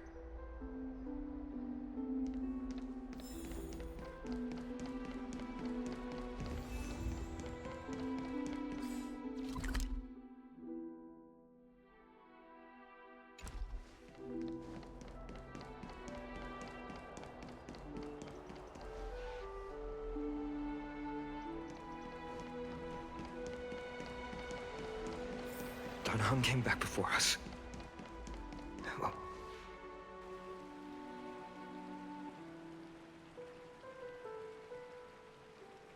don't worry. The cleaners didn't lay a hand on us. Lord Krateros, were you in the city when it happened? What exactly went down? Regrettably, no one knows the details of that moment. Eyewitnesses only saw... It's fine. Just tell me. Eyewitnesses at the Memorial Palace saw Aglaya fall from the Chrysos airbath. Oh, God. She showed no signs of life by the time the Holy City Guards approached to check. They were too afraid to jump to conclusions. After all, she was a demigod who lived for over 1,000 years, the leader of the Chrysos heirs. Most citizens of the city believed that death couldn't touch her. She was pierced through the heart by a uniquely crafted dagger. I saw it for myself. It's one of the weapons carried by the cleaners.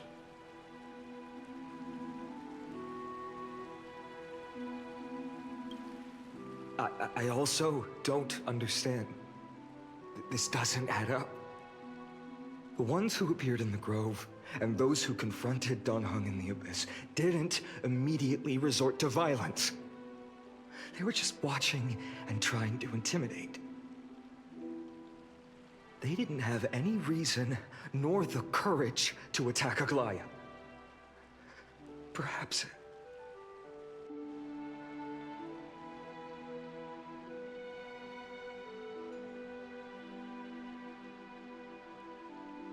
I'll stay here to lead the guards and maintain order. Find out what happened, but don't take too long.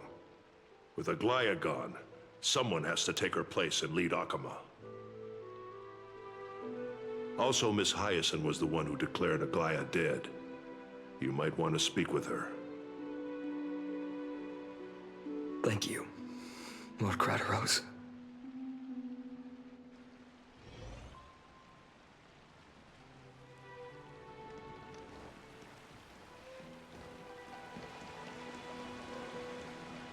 The baths are empty.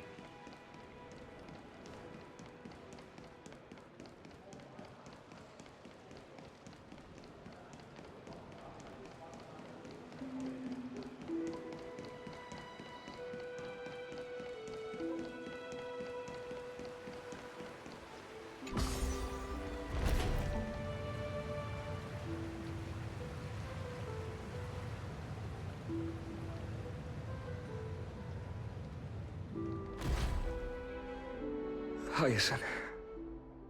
You're back.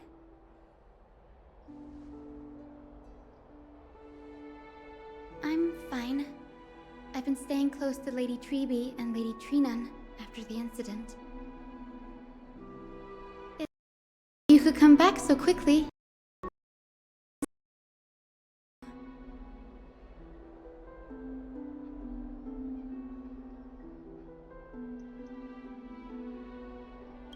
Yes, we witnessed her final moments. I tried to treat her immediately, but even the sky's blessings. Declaring her death was the hardest thing I've ever had to do as a doctor.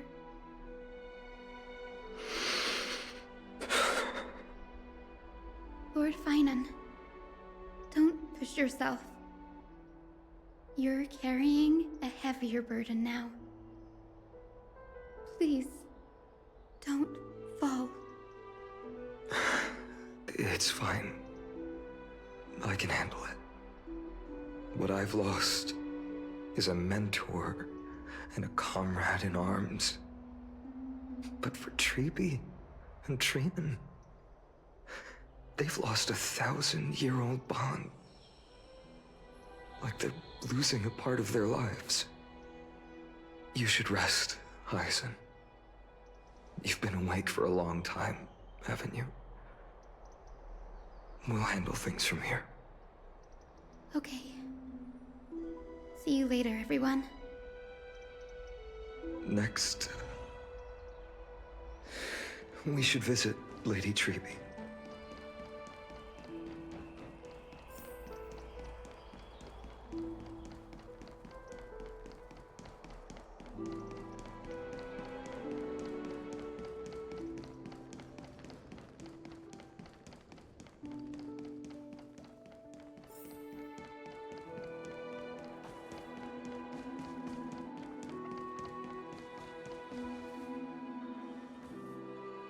Snowy. Little Gray. You're back. Lady Treby, Snowy, don't. Please don't apologize to us. You went to the Grove to prepare yourself for the threats to Akama. You didn't do anything wrong, so don't be hard on yourself. We were always by Aggie's side throughout this long journey, so we understood her thoughts better than anyone. She knew she wouldn't see the end of the Flame Chase journey, yet she gave everything without hesitation. for the future of everyone.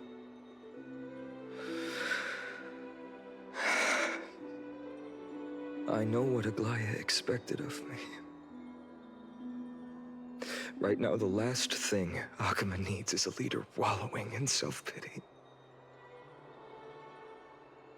The scroll over there was entrusted to us by Aggie. She instructed us to hand it over to you when the time was right. I think now's the right time.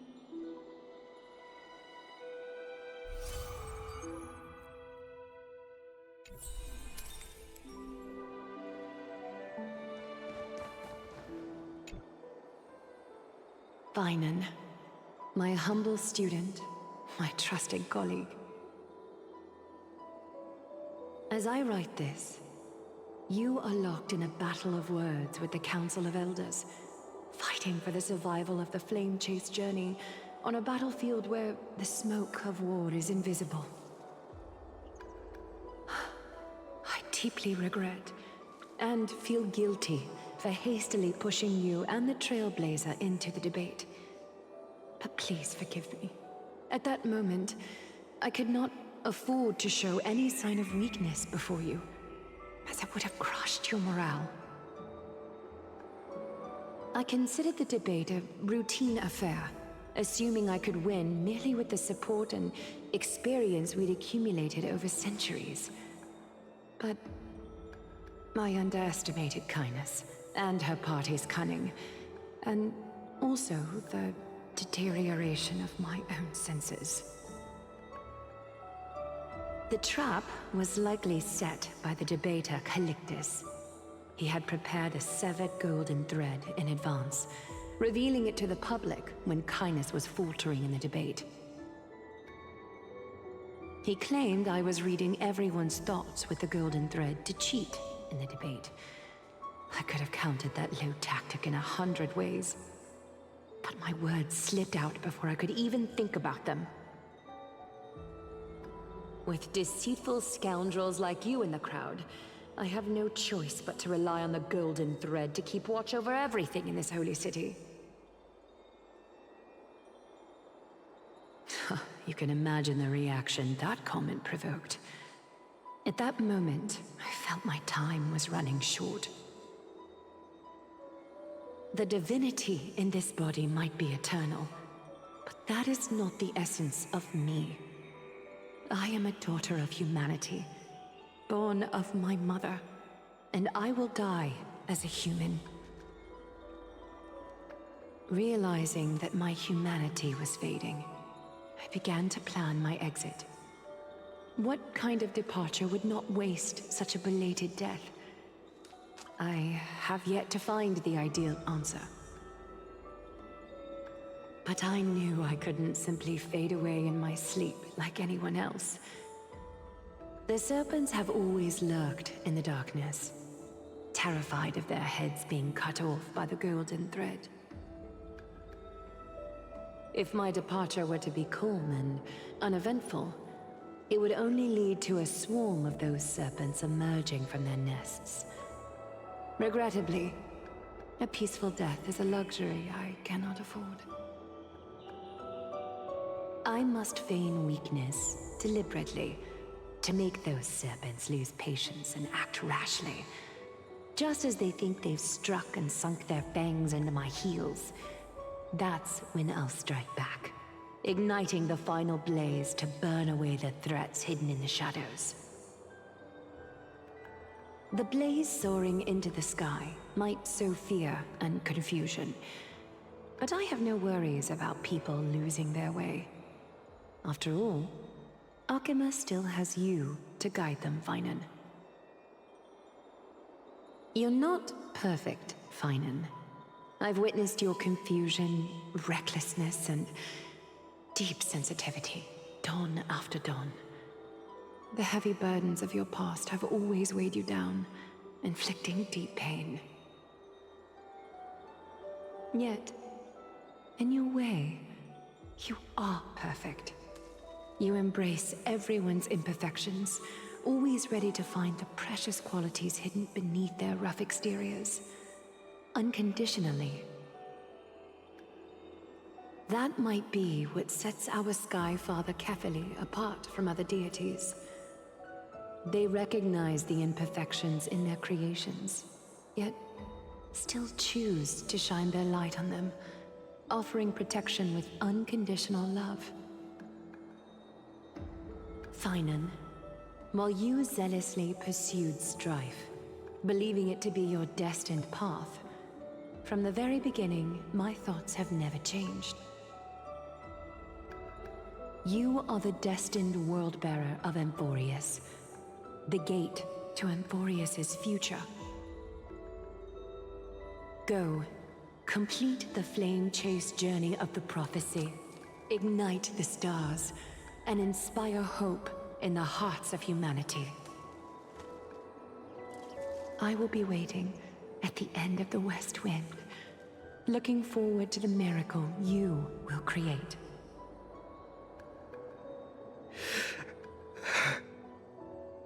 Aglaya, how could I possibly be worthy of the burning torch you've passed into my hands?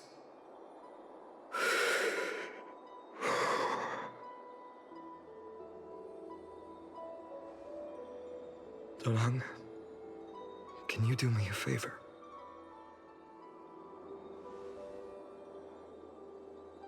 Please deliver a message to Lord Krateros. Have him gather the Holy City guards and the Kremnoans to spread the word from door to door. At the lucid hour tomorrow, Finan will speak at the Marmorial Palace. Urge everyone who has concerns about the Holy City's future and the Flame Chase journey to attend this gathering. Tell them Aglaya has left Amphorius the seeds of hope. Thank you. It's been a harrowing day for everyone. Please make sure to rest well and collect your thoughts. I need to prepare.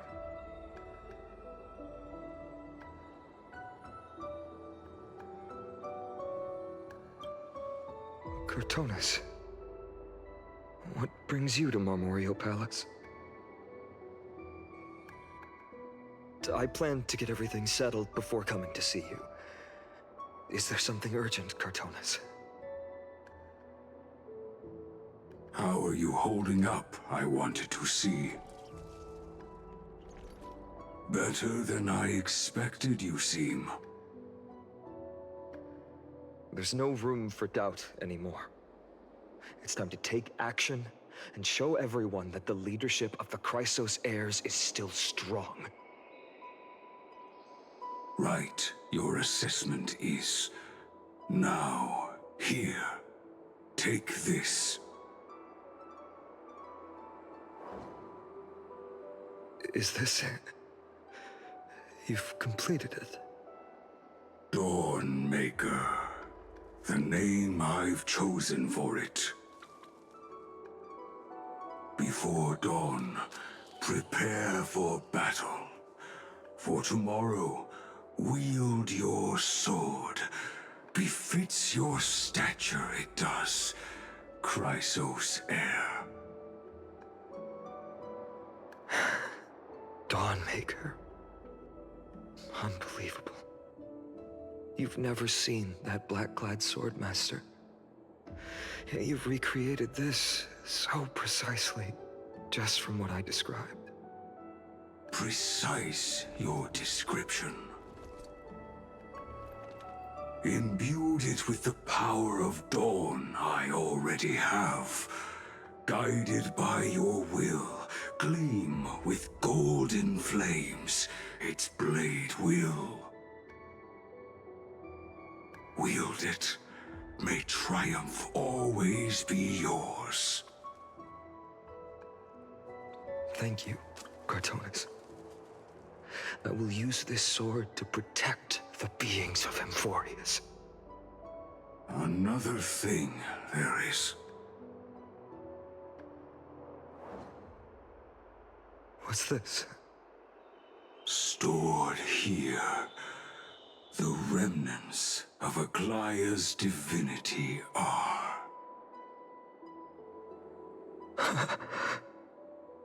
This was her commission.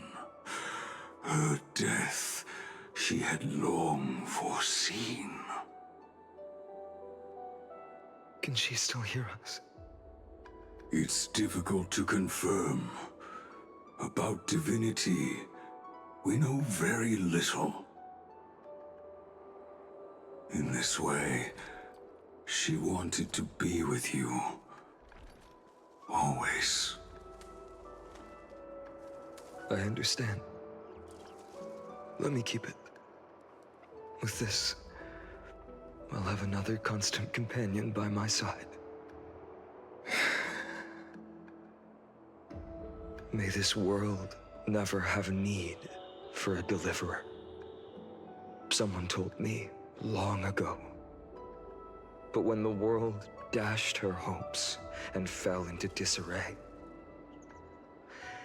if she could see me now, leading from the front, rallying people against their destiny, she would surely smile.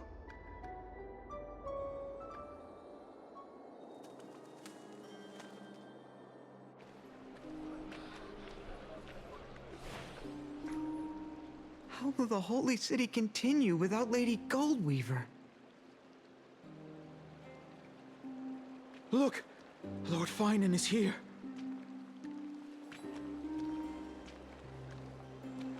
Will he step up to lead Akama?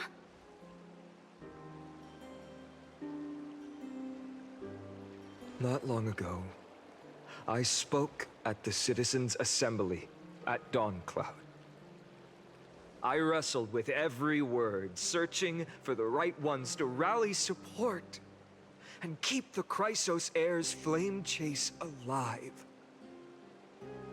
In the end, I remembered a lesson from one of my teachers. In battles where words are weapons, outrage and blind passion often overpower reason. I followed his strategy. I painted my opponents as nothing more than pests, tore apart their character, and laid out their crimes. The strategy worked.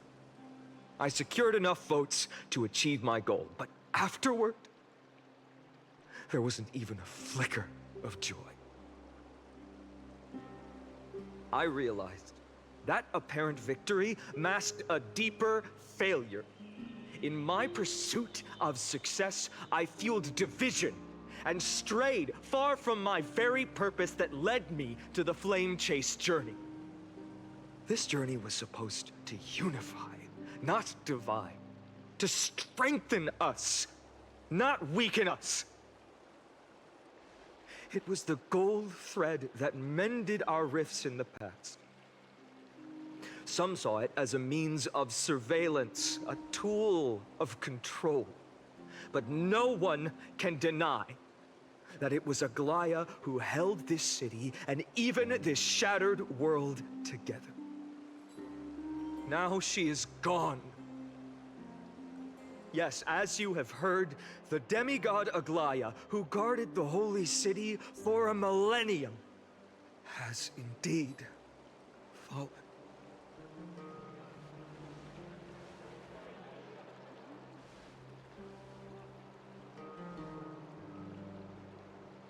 Who murdered Lady Goldweaver? Find the murderer! Make them pay!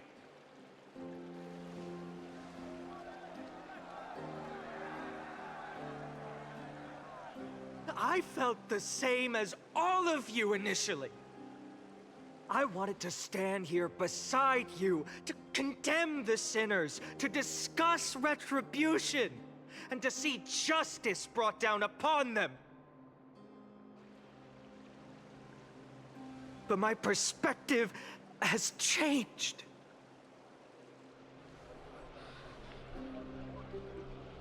The golden threads that once bound this city have unraveled. Yet no one is celebrating their freedom from control. In the empty markets and bath chambers, one feeling lingers. Unease. Deep down, we all know the last safeguard against the harm we may do to each other is gone. No divine power will protect us from the malice in our hearts. From now on, only the moral code we choose to uphold for ourselves will stand between us and the abyss. Fainan has a way with words.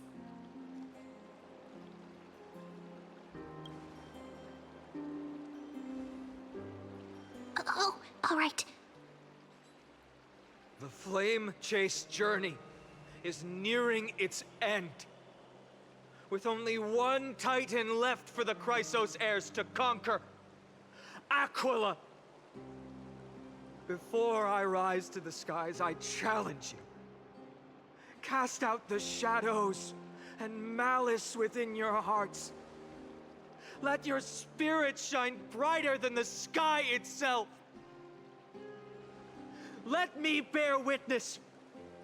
Even without the divine authority of romance, Akima will remain a sanctuary in these end times. A place for the kind people Aglaya dreamed of. The kind of people foretold in prophecy. A better people!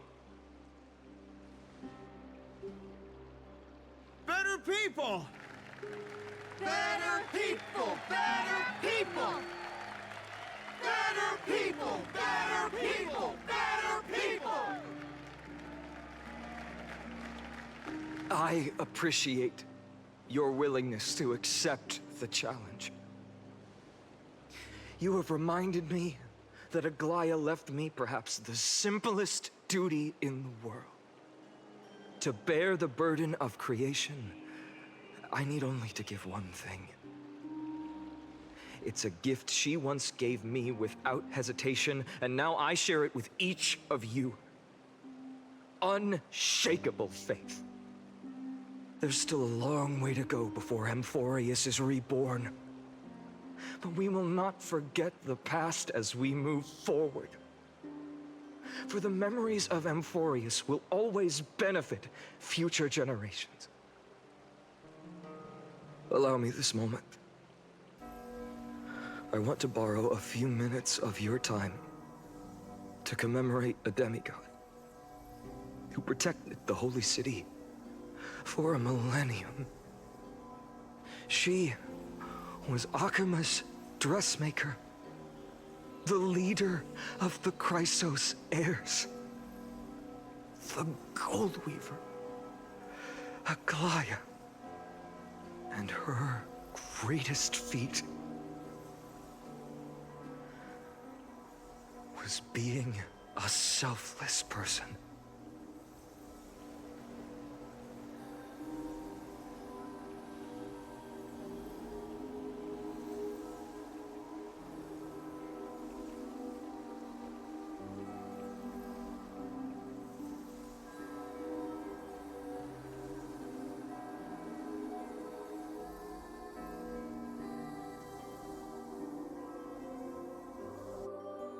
That singing sounds so familiar.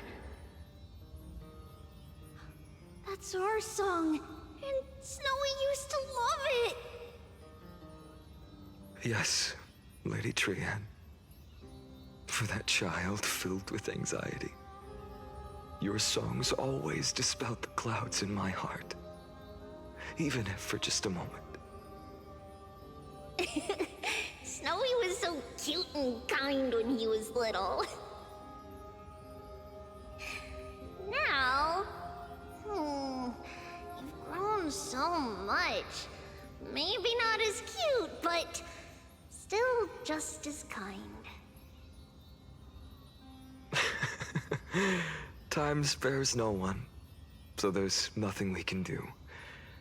But kindness, you helped nurture it in me. Don't mention it. Your light is as bright as ever. Keep it up and stay strong. See you, Snowy. Goodbye, Lady Tree. I heard what you said. Are you suggesting the debate tactics I've taught you are nothing but sleight of hand? Not at all, Professor Anaxa. Honestly, without those techniques you taught me, the Flame Chase journey might not have survived. Good thing your head's still clear. The Chrysos heir of Kefali. I had no idea you had it in you while I was drilling those formulas in your head in class. Who could have thought, Professor? By the way, I've completely forgotten those formulas now. Some things never change.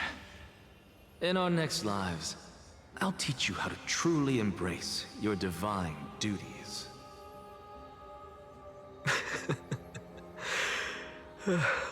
I'll be waiting. Goodbye, Professor Anaxa. Miss Castros? Aren't you going to say something? Lord Finan, you have always been so approachable. Ever since we first met, you've seen me as a friend. It was the first time I understood what everyday friendship was like. But that's dangerous. Dangerous? Laughing and chatting with you, I sometimes forget who I am. And for someone with my kind of power, that's a real hazard. I hadn't thought of it that way. Sorry, I forgot to consider your perspective. Please, no apologies. Despite everything, thinking back on the times we spent together makes me really happy. I feel the same. Goodbye, Finan. Goodbye, Gastras. Aglaya. Remember, Finan, after completing the Flame Chase, leave the decision to initiate the Miracle of Genesis to the Amphorians. The Chrysos heirs are the executors of the prophecy, yet they, the people, are the true masters of this world. Rest assured, I always keep your teachings in mind. The difference between a presumptuous hero and a tyrant is a fine line. Well said. You've got a good memory. It's late. Anything else you'd like to add? Anything else? Even in your imagination, I'm not one to show my vulnerable side. No worries. I've long understood how difficult it is for you to open up completely. Thank you for bringing me here, Aglaya. You saved me.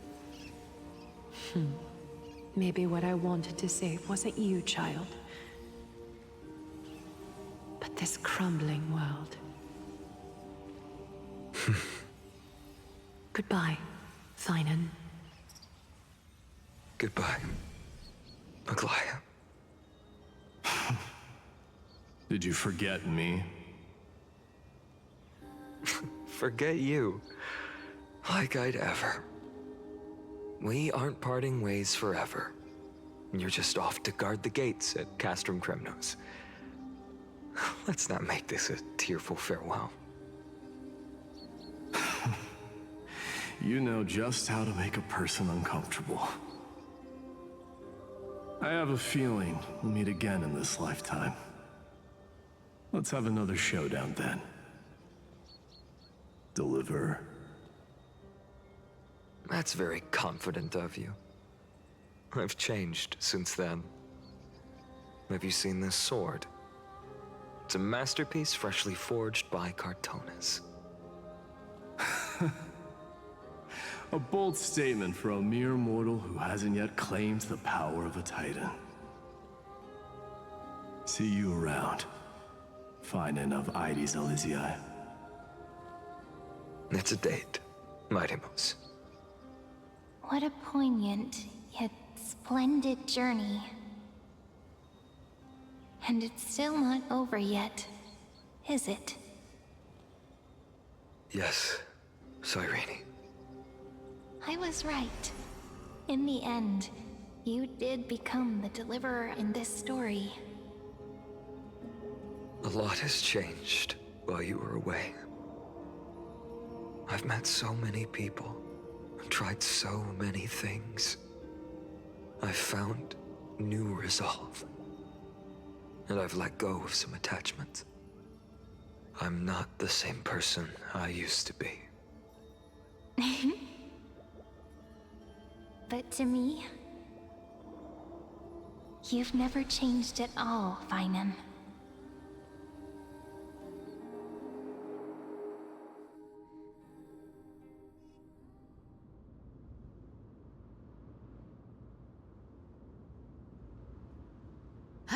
Dawn Cloud. This place holds so many different kinds of memories. I remember you could see the Goldweaver sign from here, all the way down the mountain. But my eyes aren't what they used to be 1,000 years ago.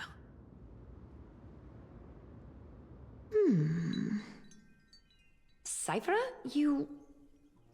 Seamstress. Tell me, does Akama have any treasures so rare that not even your... I mean, our shop has seen? Of course it has. I heard there's a gem of all worlds hidden somewhere in Dawn Cloud. Apparently, it's a piece that fell out of the Dawn device. It's truly a priceless treasure, being a part of Kefali's divine body. Even I, the Goldweaver, cannot witness its glamour. Gem of all worlds. Nice! Got it! Well, please keep looking after the shop while I... Let me guess, Cyphera. You're probably already plotting to sneak into Dawn Cloud to steal that gem, aren't you? And your next move is probably trying to sell it to the highest bidder, then distribute that money to the poor and the refugees in the Holy City? Look, Seamstress. Are you sure you aren't peeking into my head with your golden threads? You might be skilled at covering up lies, but your compassion is all over your face, plain as day. Don't lie to yourself. Do you honestly think this is the right thing to do, Cyphera? What else am I supposed to do? That's the only thing I can do with my power. You keep talking about how I have the potential to become a good person, or even what people call a hero. But I don't know what I need to do to get there! I can't weave golden dresses like you! I can't sing as well as Miss Hyceelens! And I definitely don't know as much as Big Sis Treeby! The only things I'm good at are the underhanded street smarts that no one even respects. But I still want to be worthy of you. I want to prove that you've made the right choice. Even thieves can dream. Right?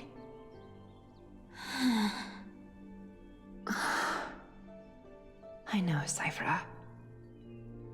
I know. You are justified in your anger. Destiny is never fair. And your path is doomed to be even worse than everyone else's. You are fated to walk in the dark and repair the world's misunderstanding in this journey. But you have to believe that everyone in this world is unique in their own way. I am convinced that you're the only one who can bear the authority of trickery, even if you have to contend with the legendary 300 master thieves of Dolos.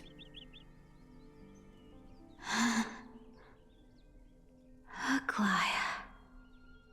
I just want everyone to believe that the world is beautiful, and that everyone is simple and kind. If only I could get everyone to believe that. Would that lie become reality? If enough people believed in it, even though it's a lie. Lies will always be lies, Cyphera. But sometimes they can be more noble than the truth. Huh. Are you really planning to just stand there forever? Honestly, sneaking around doesn't suit you, Deliverer.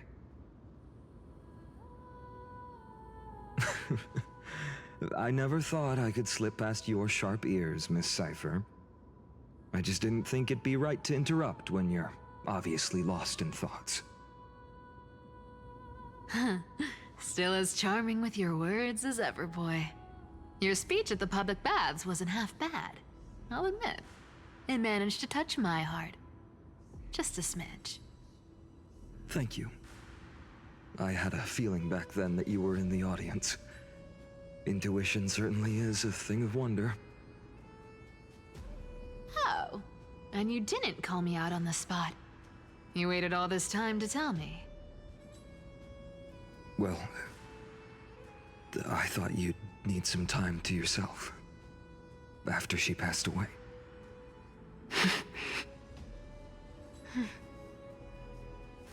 None of your business. Enough small talk. Tell me, what kind of trouble did you run into that you need me, the super old-timer, to step in?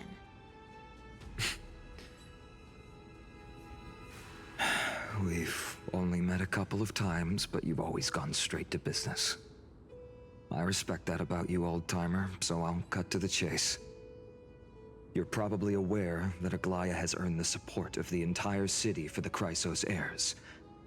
Everyone believes that she died at the hands of council members who were against the flame chase, and the citizens' fury has been dragging these schemers out of the shadows one by one. But they didn't get everybody.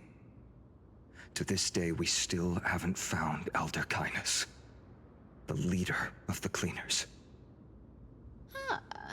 I see. You're afraid she'll do something wild now that she's pushed into a corner, aren't you? Yes.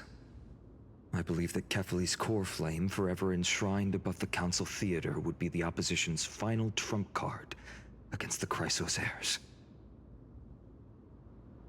We're setting out to campaign against Aquila in a few days.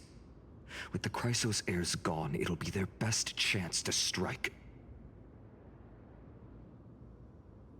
You think those desperate dogs will try to snatch the core flame while you're gone?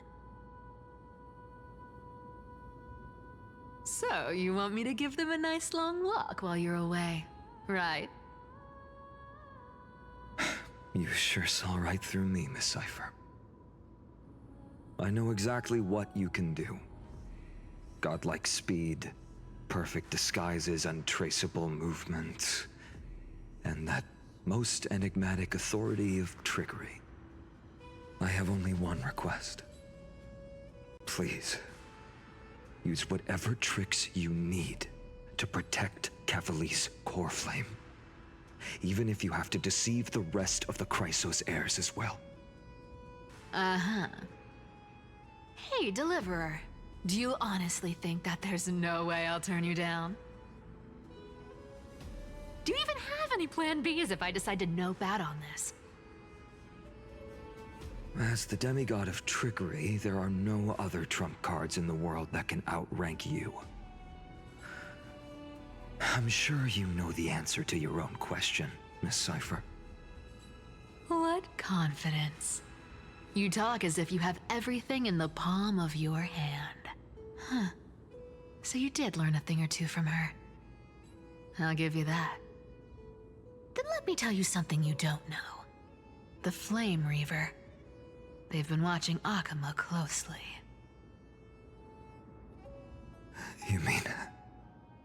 Bet you didn't expect that, huh? I've been tracking them all this time. And this is my conclusion. That lunatic may have lost their mind, but they're no fool. Why do you think they haven't made a move on Akama yet? Professor Anaxa once analyzed this. He thought it was probably because Kefali's core flame was protected by the Council of Elders' secret arts. Ha! Sacred art's my foot! I could break those mechanisms with the flick of my finger. Allow me to let you in on the actual secret. They probably held off from attacking Akama because the Seamstress's defense network was way tougher than you thought. Now that she's gone, and you're heading out to the Eye of Twilight, with the city's defenses in shambles. What a dangerous situation we find ourselves in. But since you're the one who brought it up, I'm guessing you already have a solution in mind. Just look how ridiculously calm you are right now. But you guessed it right. Consider this a 2-for-1 deal. I'll keep that lunatic entertained on top of protecting Kefali's core flame. You owe a big favor after this. You have my deepest gratitude. That Flame Reaver's power is truly unfathomable. Please be careful. Don't forget, Deliverer. There's a fundamental truth in this world. Cyphera will always get the last laugh. No need to worry about a demigod. I'll do my job. So you need to make sure you don't die before you pay me.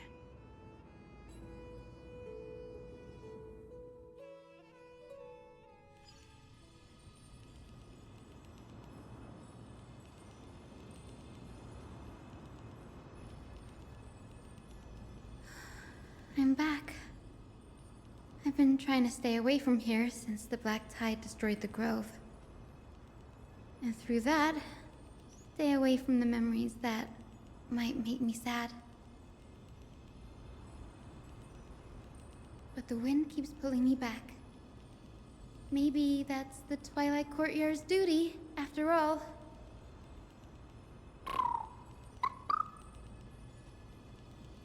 I know, little Ika. I know. I too miss the days when we all studied together. But we have an even more important mission this time round. Lord Finan has already set the date to campaign against Aquila. Being a descendant of the Sky People,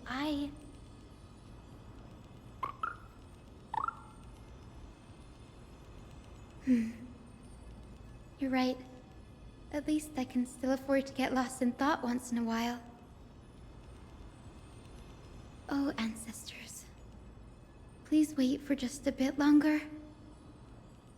The time I spent in the Grove deserves some reminiscence.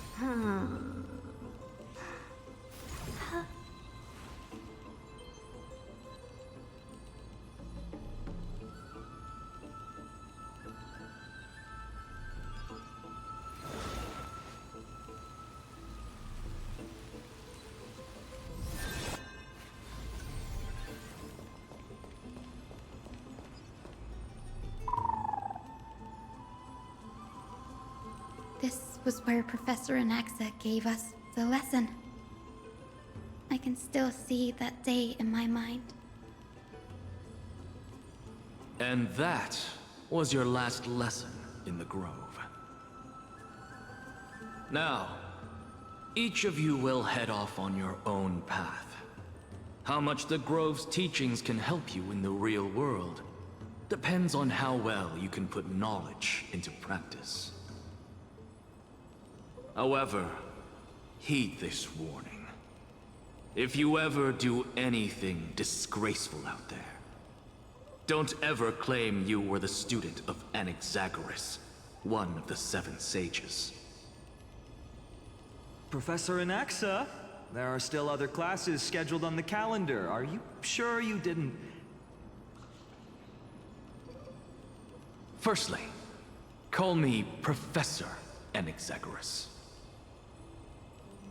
Secondly, to clarify, the last lesson means the last lesson I will teach you. I will be entering seclusion from today onwards to research ancient alchemy, and all my teaching activities will be put on hold. Ah, I see. So you're saying that the lessons taught by all the other teachers aren't good enough to be considered lessons?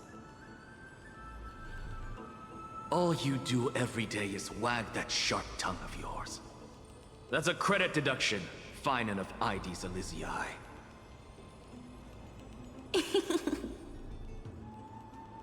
I have nothing left to say. Next. Please wait, Professor. According to the Grove's protocols for a cohort's final class, the lecturer should take some time in that lesson to discuss the students' post-graduation aspirations with them and guide them toward a solid path. Surely you can't skip such a crucial step, Professor.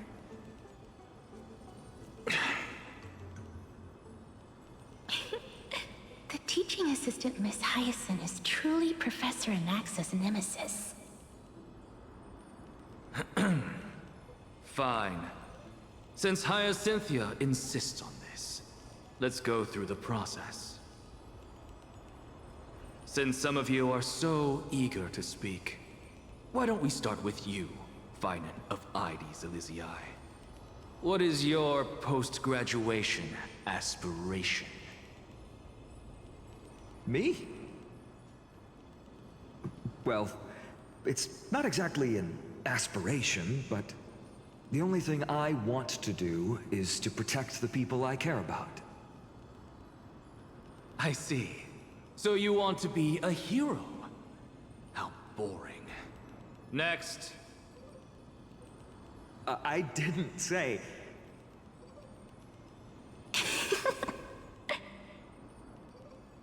Castoris, you've been giggling for quite some time. How about you go next?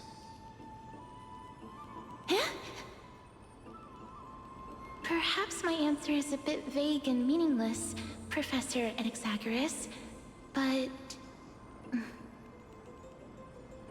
I hope the world can be freed from the agony of death, so that every living being may find calming peace. How naive. So naive that it makes me want to weep for your fairy tale. See, this is why I don't want to follow those outdated protocols. All I get are boring answers. Since you suggested this whole process, why don't you wrap this up, Hyacinthia? Share your aspiration with everyone, and let's see if yours stands out. So it's finally my turn. Good thing I came prepared. My aspiration is nothing less than completing the final blank page at the end of the hero's epic. Blank page? An interesting description. Do explain, Assistant. I've read all of Amphorius's heroic epics while studying at the Grove, and a common thread came to my attention.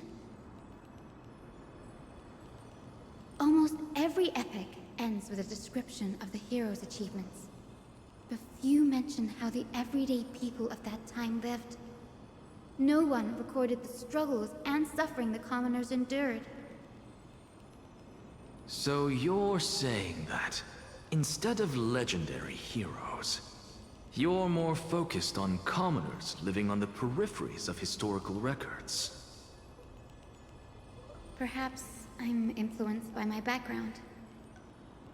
My ancestor, Seliosi the Day Thunder Knight, raised her spear against the sky and ushered in the flame-chasing era that continues to this day. Her story is told to every child descended from the Skyfolk. We have no doubts about Seliosi's greatness, yet her towering figure overshadowed every record from that entire era. What about the Day Thunder Knight's family, allies, and friends? What about the survivors and those who died in the great battles? Whenever I think about their stories by the campfire, I realize the details of those legends have been long lost. And only Seliosi's name remains. Her brilliance had become as blinding as Aquila's, lording over everything on the ground. That's why I'm glad that my era does not lack heroes. All my ancestors had was a sad past. But I have a future I want to protect. Instead of becoming a hero and ushering in a golden deluge to baptize the world anew, I want to stay in the backline and save all the ordinary humans from drowning in the rising waves. I wish not to return to the sky, but to walk among the masses on Earth. I believe it's the only way for the saga of creation. To include a footnote for the everyday people in its blank page.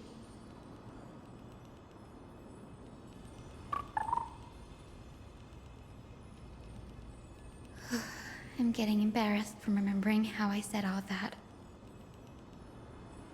But my beliefs have never changed. Now I really have a chance to stay behind the hero's front line and realize my dream. Danny! What are you doing here?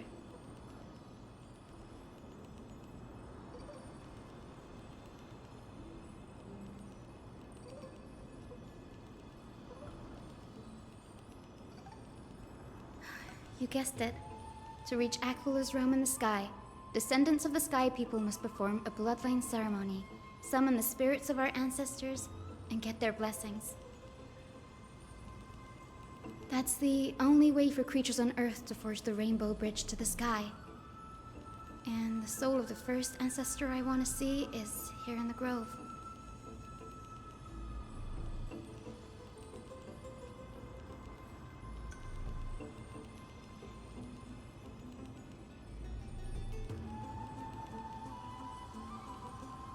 Don't worry. I have little Ika with me. You will protect me, won't you?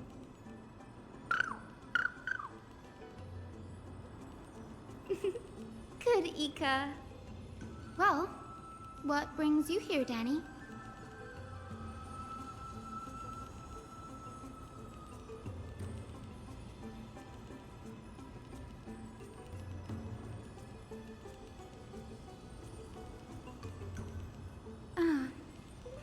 Right.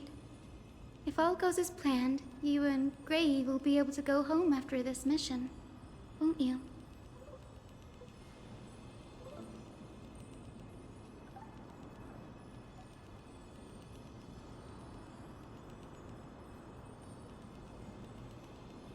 Oh? Could it be that you too have some kind of hidden powers to make prophecies now?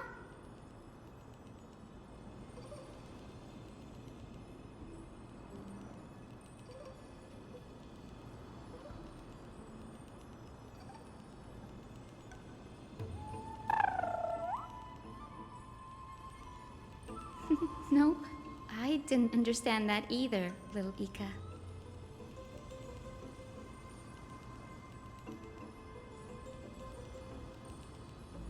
Since we've already met up, why don't you come with me, Danny?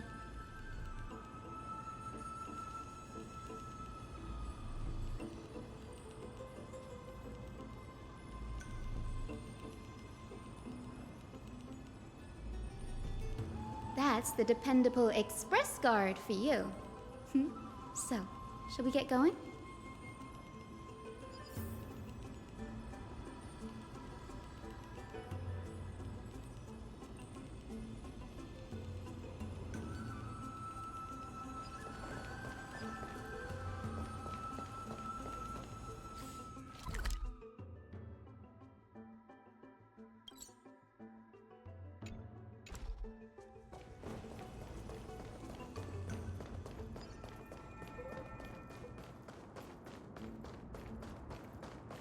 The chroma coffer is vibrating. There must be memories of an ancestor nearby.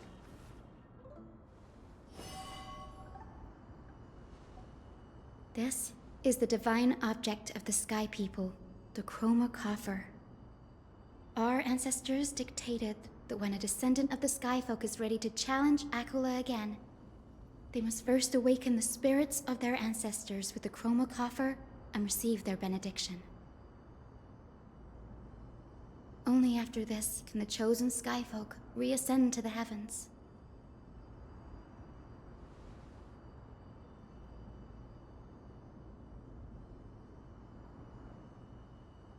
Very prudent, wouldn't you say? The soul of an ancestor slumbers here. Now, I will awaken them.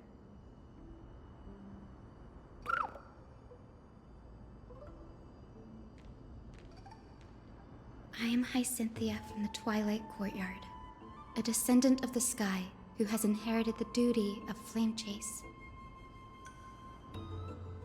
The time has come to fulfill our clan's destiny.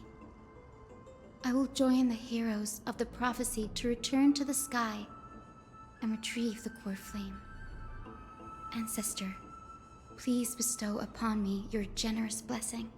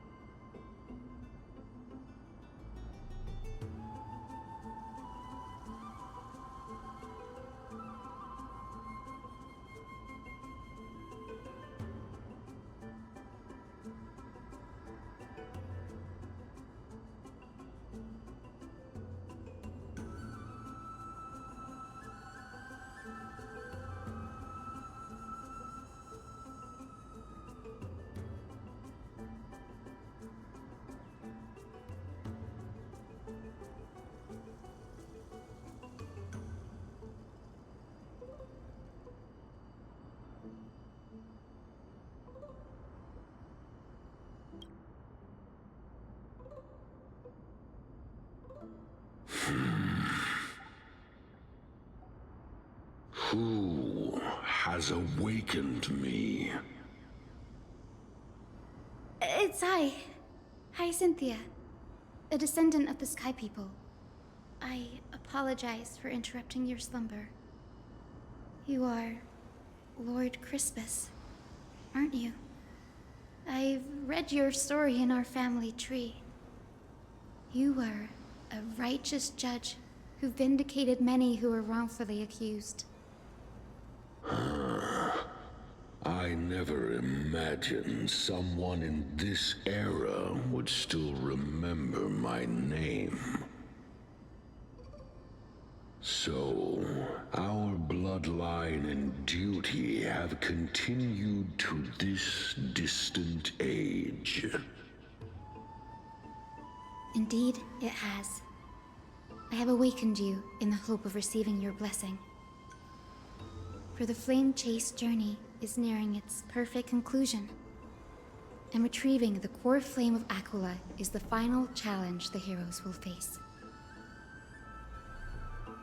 Perfect conclusion.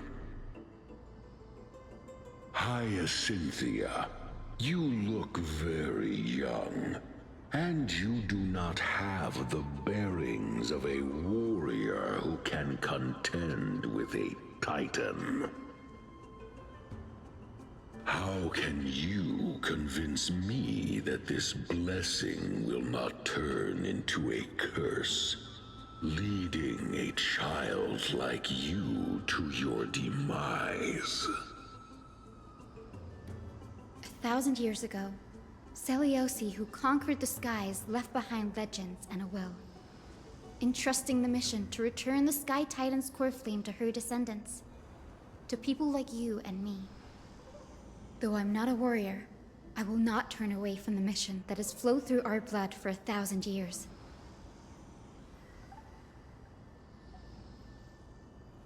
And I am not fighting alone. I have the strongest and most tenacious companions in the world. Amphorius is in an era brimming with heroes. The burden of retrieving Aquila's core flame no longer rests solely on the shoulders of the chosen Skyfolk.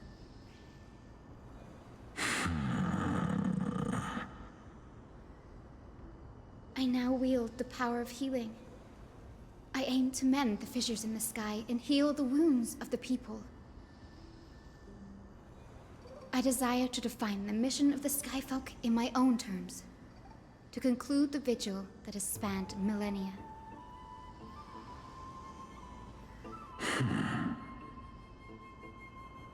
I sense resilience in your words. Not an outward resilience, but something deeper within. Receive my blessings, young Hyacinthia. May you gain wings to return to the sky via the Bridge of Rainbows.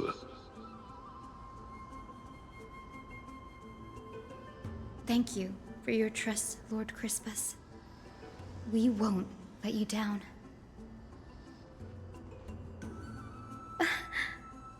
Thank you. My ancestors were all pretty strong-willed people. It won't be easy convincing them. I've run through these upcoming conversations in my head more times than I can count.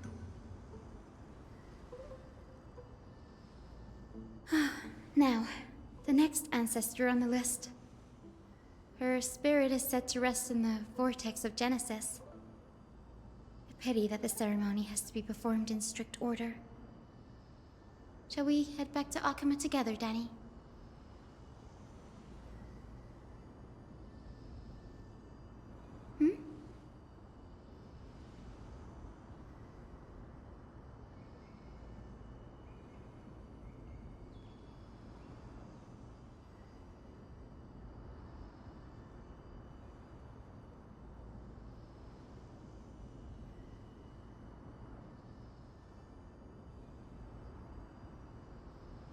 Oh, I remember. I didn't expect you to keep at it this long. That's so like you, Danny.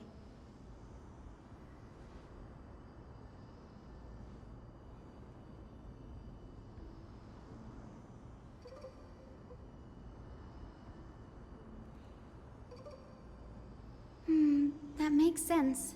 Bagusa was always described as a fickle titan in the myths.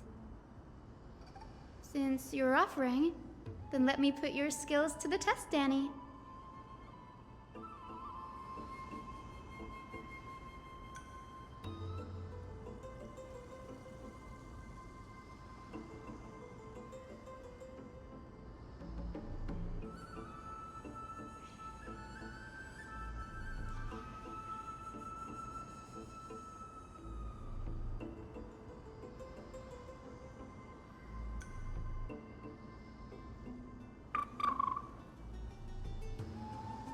Got it. I'm counting on you, Danny.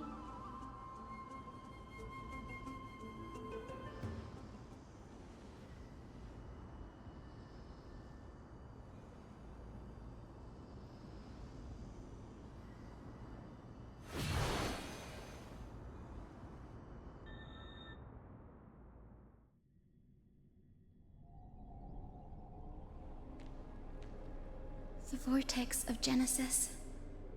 Unbelievable. Danny is full of surprises. But this does feel way more disorienting than the ritual basin. Wait, is Lady Treeby here too? And who is that next to her? Oh, I think I know who that is. Do you have to go already, Saifi? It's been ages since you were last in Akama. You could have taken some time to rest, and we could have caught up. That's alright, big sister Treeby. I've gotten used to life on the road. Staying in this bustling city actually feels off. Besides, your prize student gave me an incredibly tough mission to handle. Cut Snowy some slack, Saifi. He's still so young, yet he's shouldering all the responsibilities Aggie left behind. Besides, Snowy's not the kind to ask for help lightly. Since he came to you, it means you're the best person for the job. You really spoil him, big sis Treeby. Guess I'm past the age for someone to look after me. Saifi. Just kidding. I get it. That deliverer boy does have a certain charisma about him. It reminds me of Aglaia in her prime. Anyway, I'm about to head out. Oh, big sis Treeby. Before I go, got a little gift for you. Well, didn't expect you to be so thoughtful. What's in it? That's a part of the game too. If you want to see the full picture of what's inside, you'll have to wait until nightfall.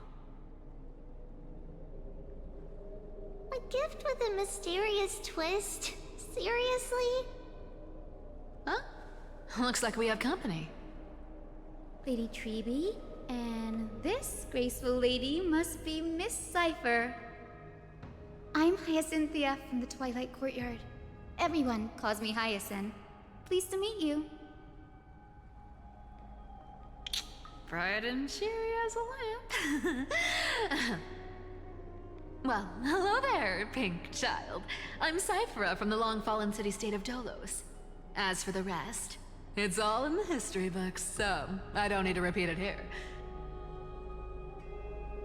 So, you're from the Twilight Courtyard. Does that mean... Yes, I'm a descendant of the Sky People, the Chrysos heir about to take over the authority of Sky. Whoa! That's unexpected. I figured Celiosi's descendant would be, I don't know, taller, stronger. Don't judge a book by its cover, Saifi. Zinni is a master of her craft. She's the most skilled and dependable physician in all of Amphorius. Don't worry, Lady Cypher. I may not be as strong and warlike as Lady Celiosi from 1,000 years ago, but I'm confident I can carry out the mission of the Skyfolk.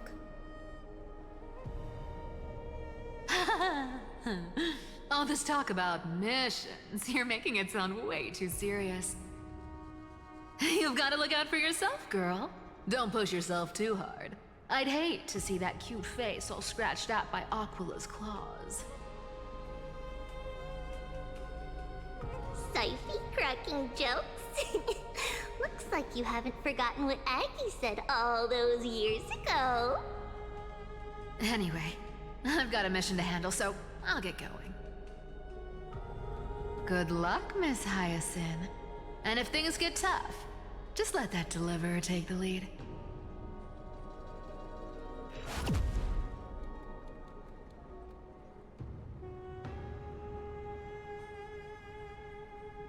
Miss Cypher is in such a hurry.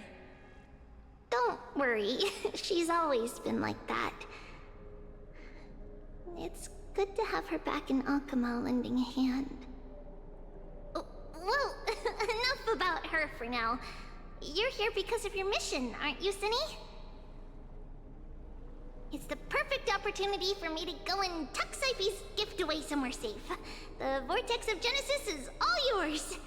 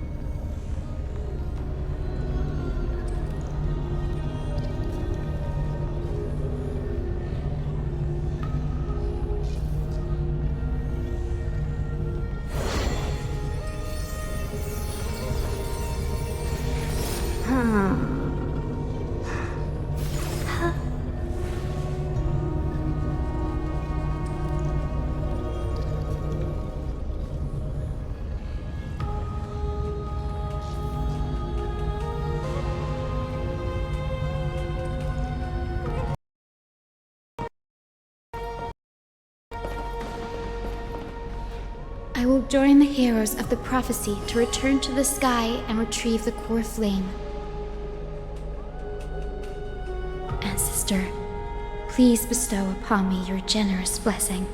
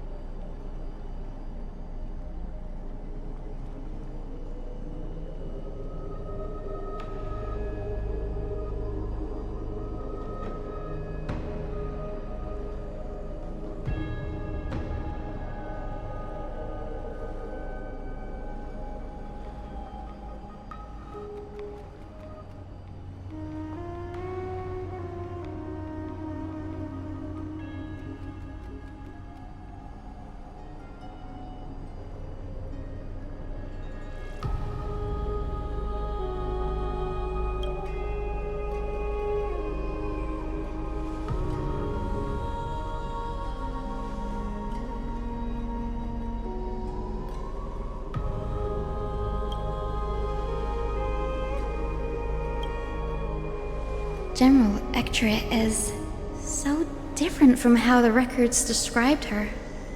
She's quite a gentle person. All right, time to head back to the grove. I shouldn't keep Danny and little Ika waiting.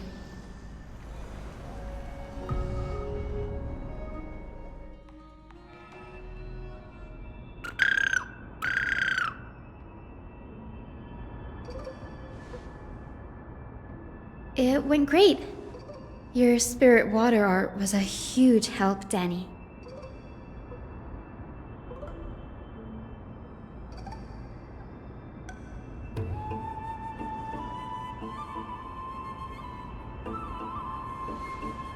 What's wrong, Danny?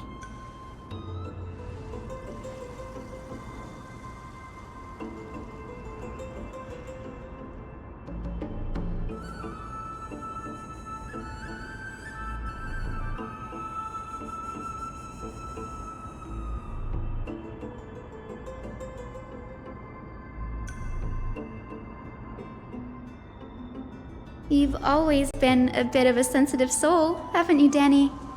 Lady Trina deciphers countless prophecies every day, and this one's just another among many. Don't worry too much about it. Come on, Danny. Don't look so gloomy. We're gonna have to take a long trip for the final visit to the ancestors.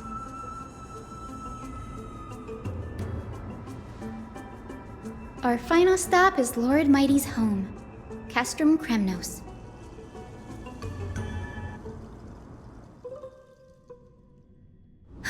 We're here. This is it. Lord Mighty has been fighting the Black Tide here, alone day after day. I'm worried about him.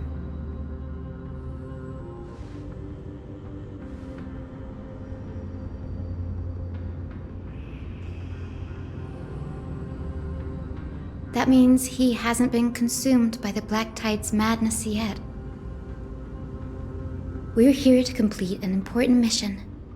We shouldn't interfere with this battlefield. Don't you agree, Danny?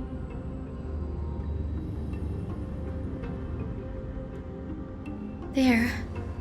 That sleeping spirit is my grandmother. Yes, my grandmother Jacintha was a warrior. She represented the Twilight Courtyard in the Kremnos Festival. She fought her way through every challenge and reached the final stage of the Kremnos Festival. She was just one step away from securing a peace treaty for the Skyfolk, but was ultimately defeated by the champion warrior of that time. I've never looked too deeply into the details of such ritualistic violence. The scroll simply described it as a glorious duel. But behind the glorious duel was a tragic end. Not long after the festival, my grandmother's injuries worsened, and she passed away far from home. This prophecy tablet was left here by the Kremnoans to honor her final wish. Her death marked the final collapse of the Twilight Courtyard, already fragile under the shadow of war.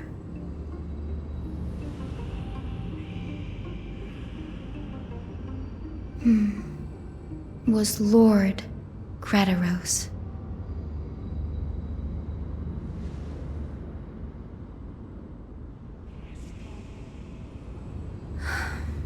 Seeing him lying there, gravely wounded, bleeding out, I can't put what I felt at that moment into words.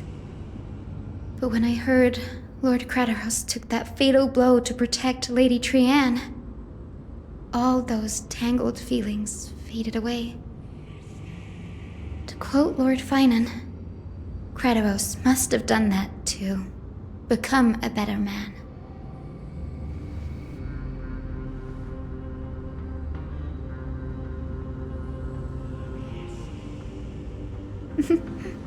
You're getting better at this, Danny.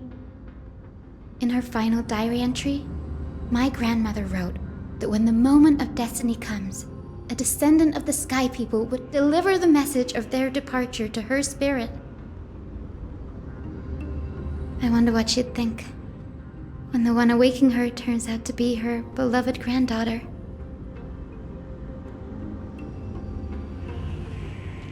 I will join the heroes of the prophecy to return to the sky and retrieve the core flame. Ancestor, please bestow upon me your generous blessing.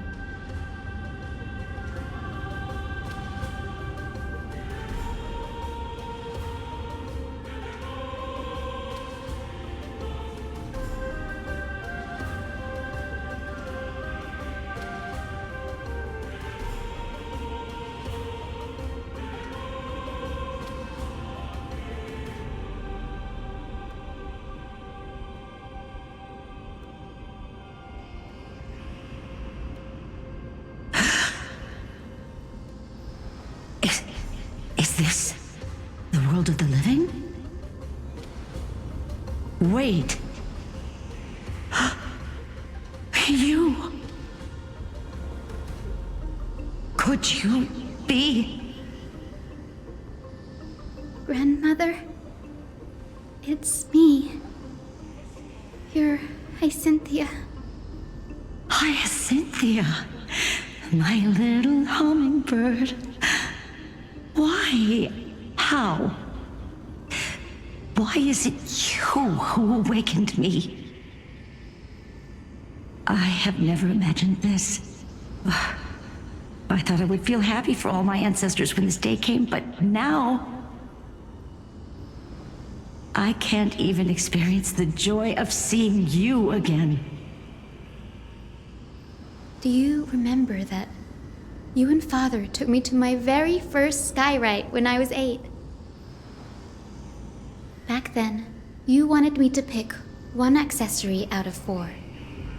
The sun crown representing nobility, the storm bracelet symbolizing strength, the ice ring embodying wisdom, and the radiant pendant signifying kindness. Grandmother, do you remember the one I chose?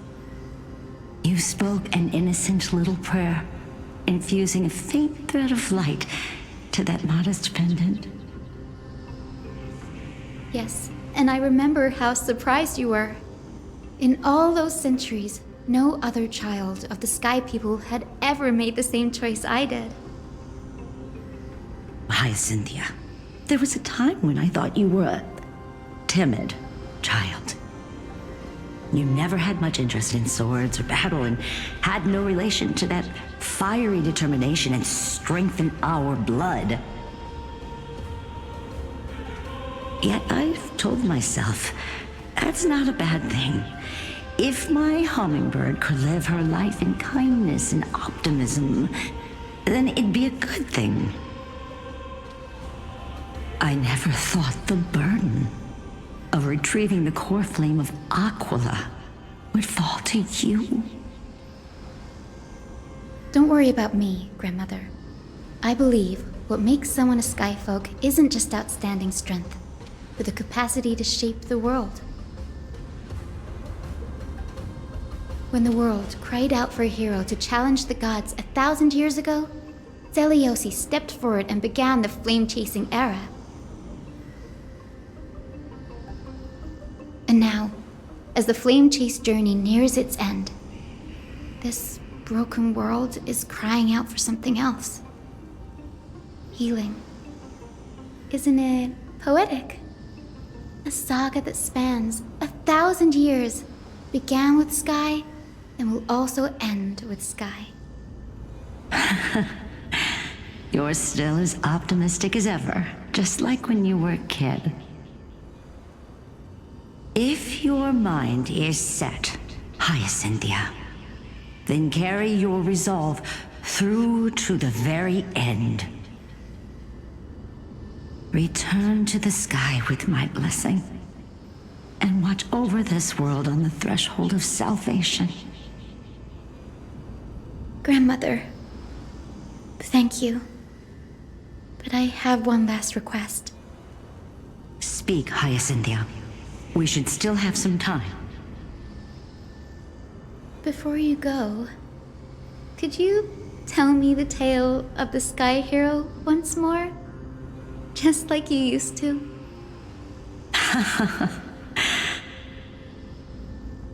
Then listen closely, my dearest hummingbird. After all, this will be the last time. For millennia, the Titans waged relentless wars, leaving the world scarred and ravaged. A century of the Chrysos War plunged the nations into chaos and decay. Until a spear, fueled by mortal rage, pierced through the smoke and flames that buried the prophecy of deliverance. Aquila, the celestial shaper, the 100-eyed divine bird crowned with the blazing sun and wielding thunder. Those struck blind in 99 eyes by Nikador, they kept one eye glaring at the children of Twilight who received divine blessing, yet turned their weapons against the gods. The Chrysos heir of the sky, Seliosi, the Day Thunder Knight, ascended the forbidden lands of the Eye of Twilight at dusk, clad in wings. To her left was the lion-headed Solibus the Sunlit Wings, whose roars breathed divine flames and scorched the world. To her right was the horse-bodied Lunibus, the Moonlit Plume, whose graceful steps trampled the stars in the heavens. The one warrior and her two beasts challenged the ruler of the sky, determined to seize the divine core flame through plunder. The Titans' every roar summoned lightning bolts, and their every movement stirred cyclones.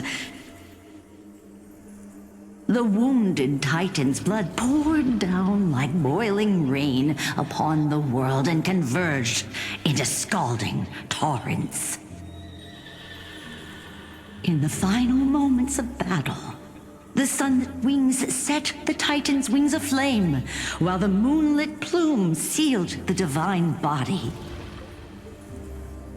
The battered hero of the sky, with her wings broken and her body covered in wounds, struggled to lift her spear and pierced the last monstrous eye.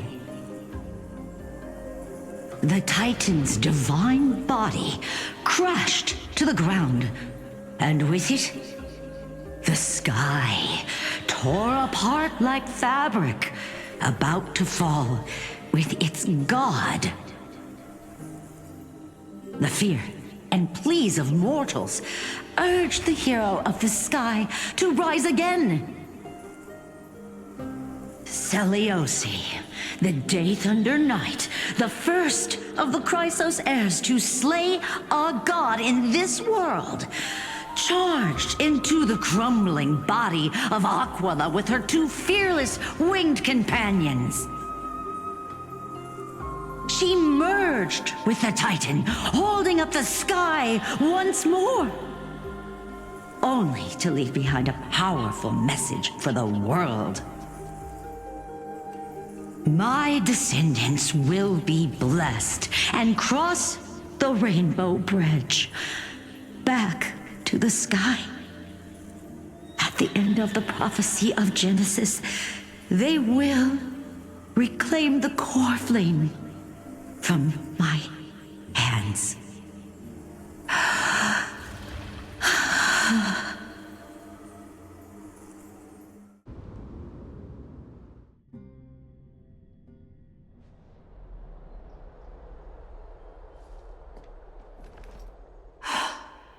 Today's the day. Wow, I didn't expect it to be so lively up here. Are these people here to send off the Chrysos heirs? There's Vinan. Let's go talk to him.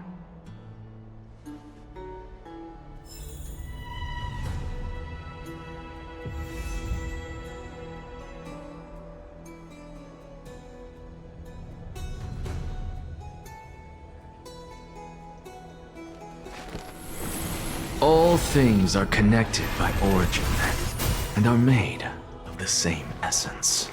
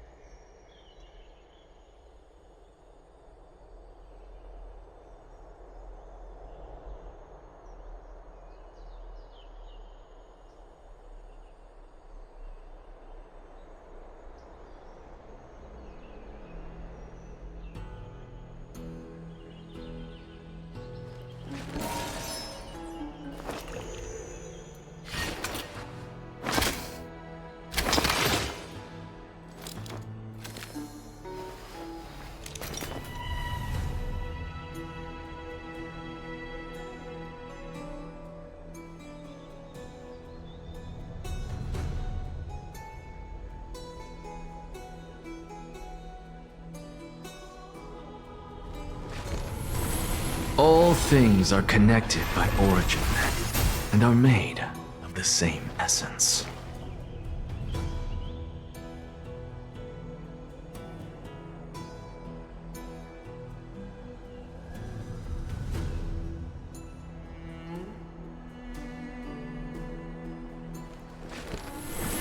All things are connected by origin, and are made of the same essence.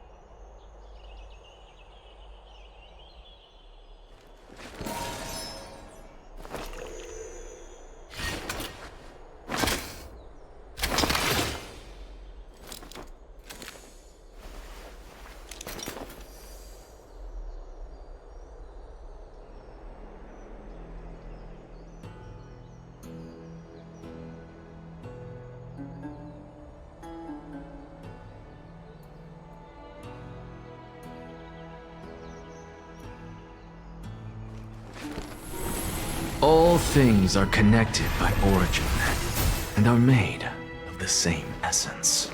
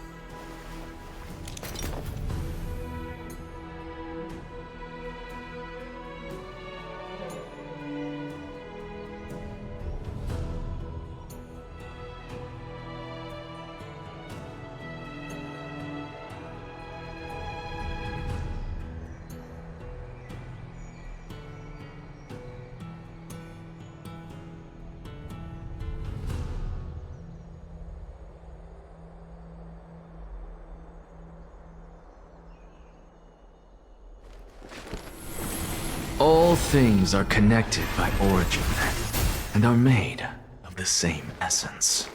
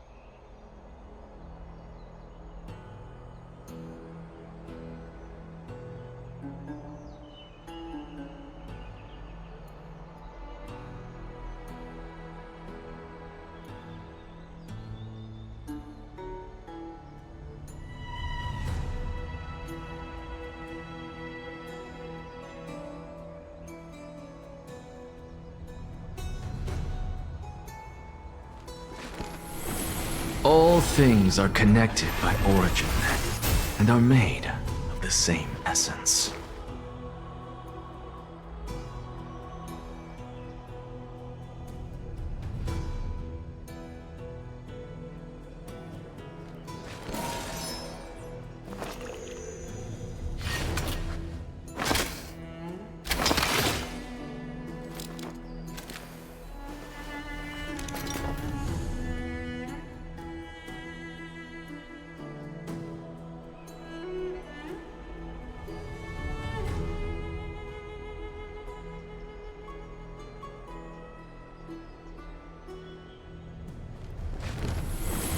All things are connected by origin, and are made of the same essence.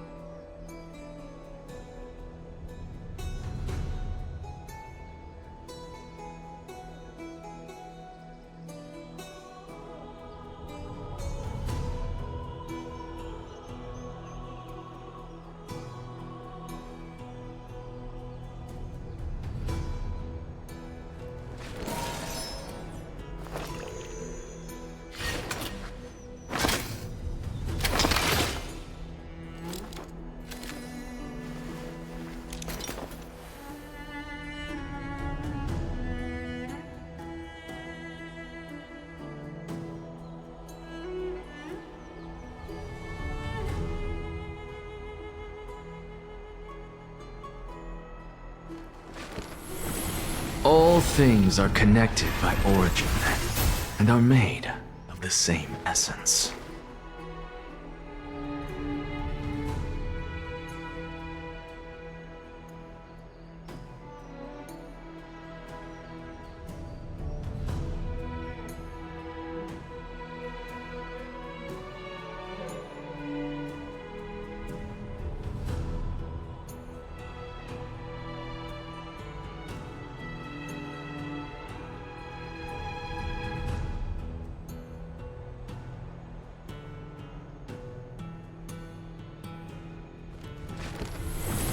All things are connected by origin, and are made of the same essence.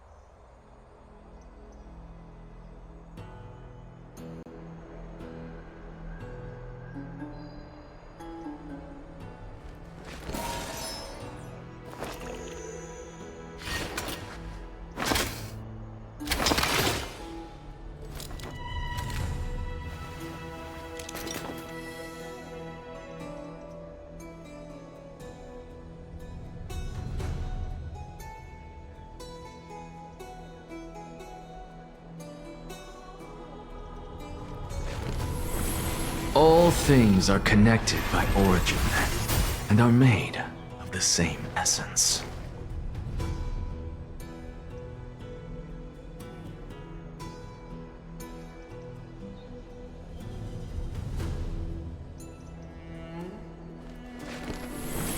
All things are connected by origin, and are made of the same essence.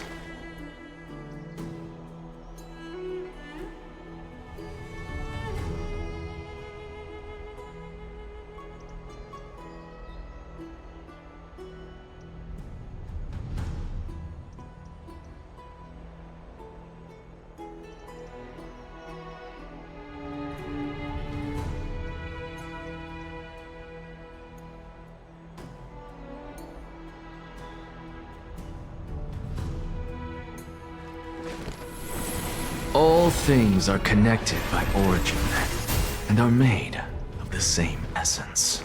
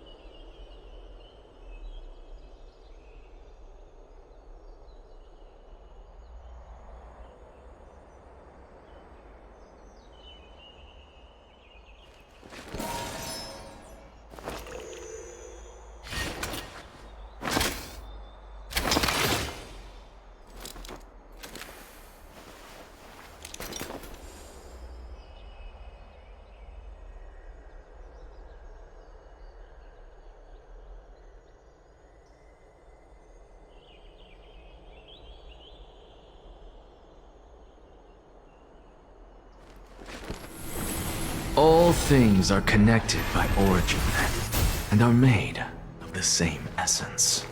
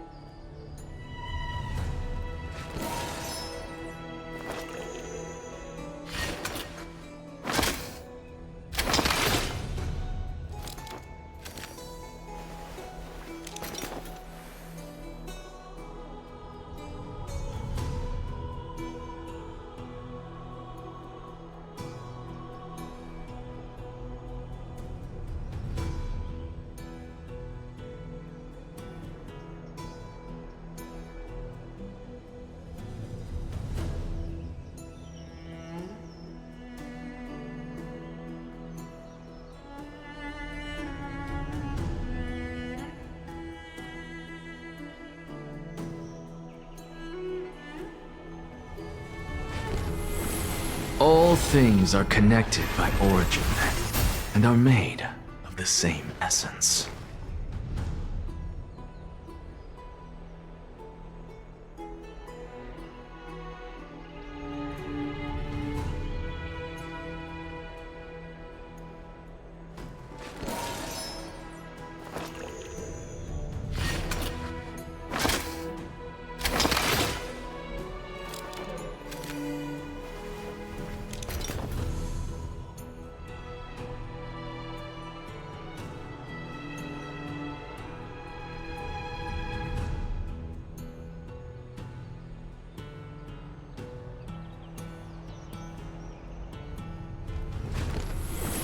All things are connected by origin, and are made of the same essence.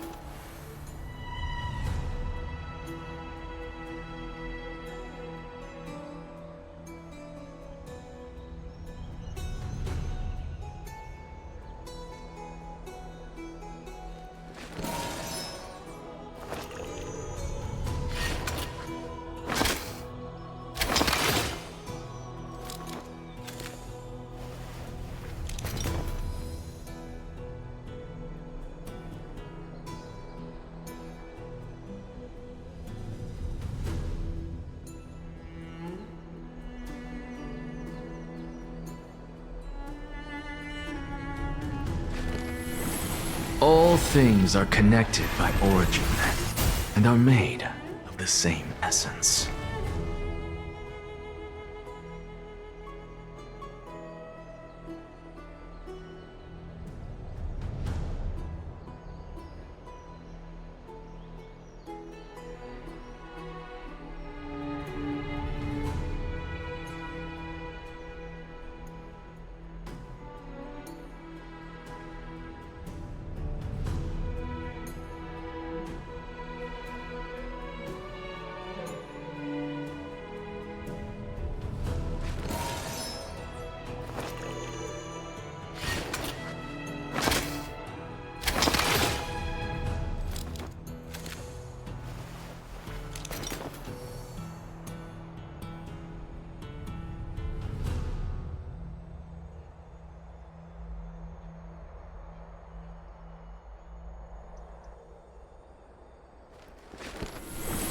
All things are connected by origin, and are made of the same essence.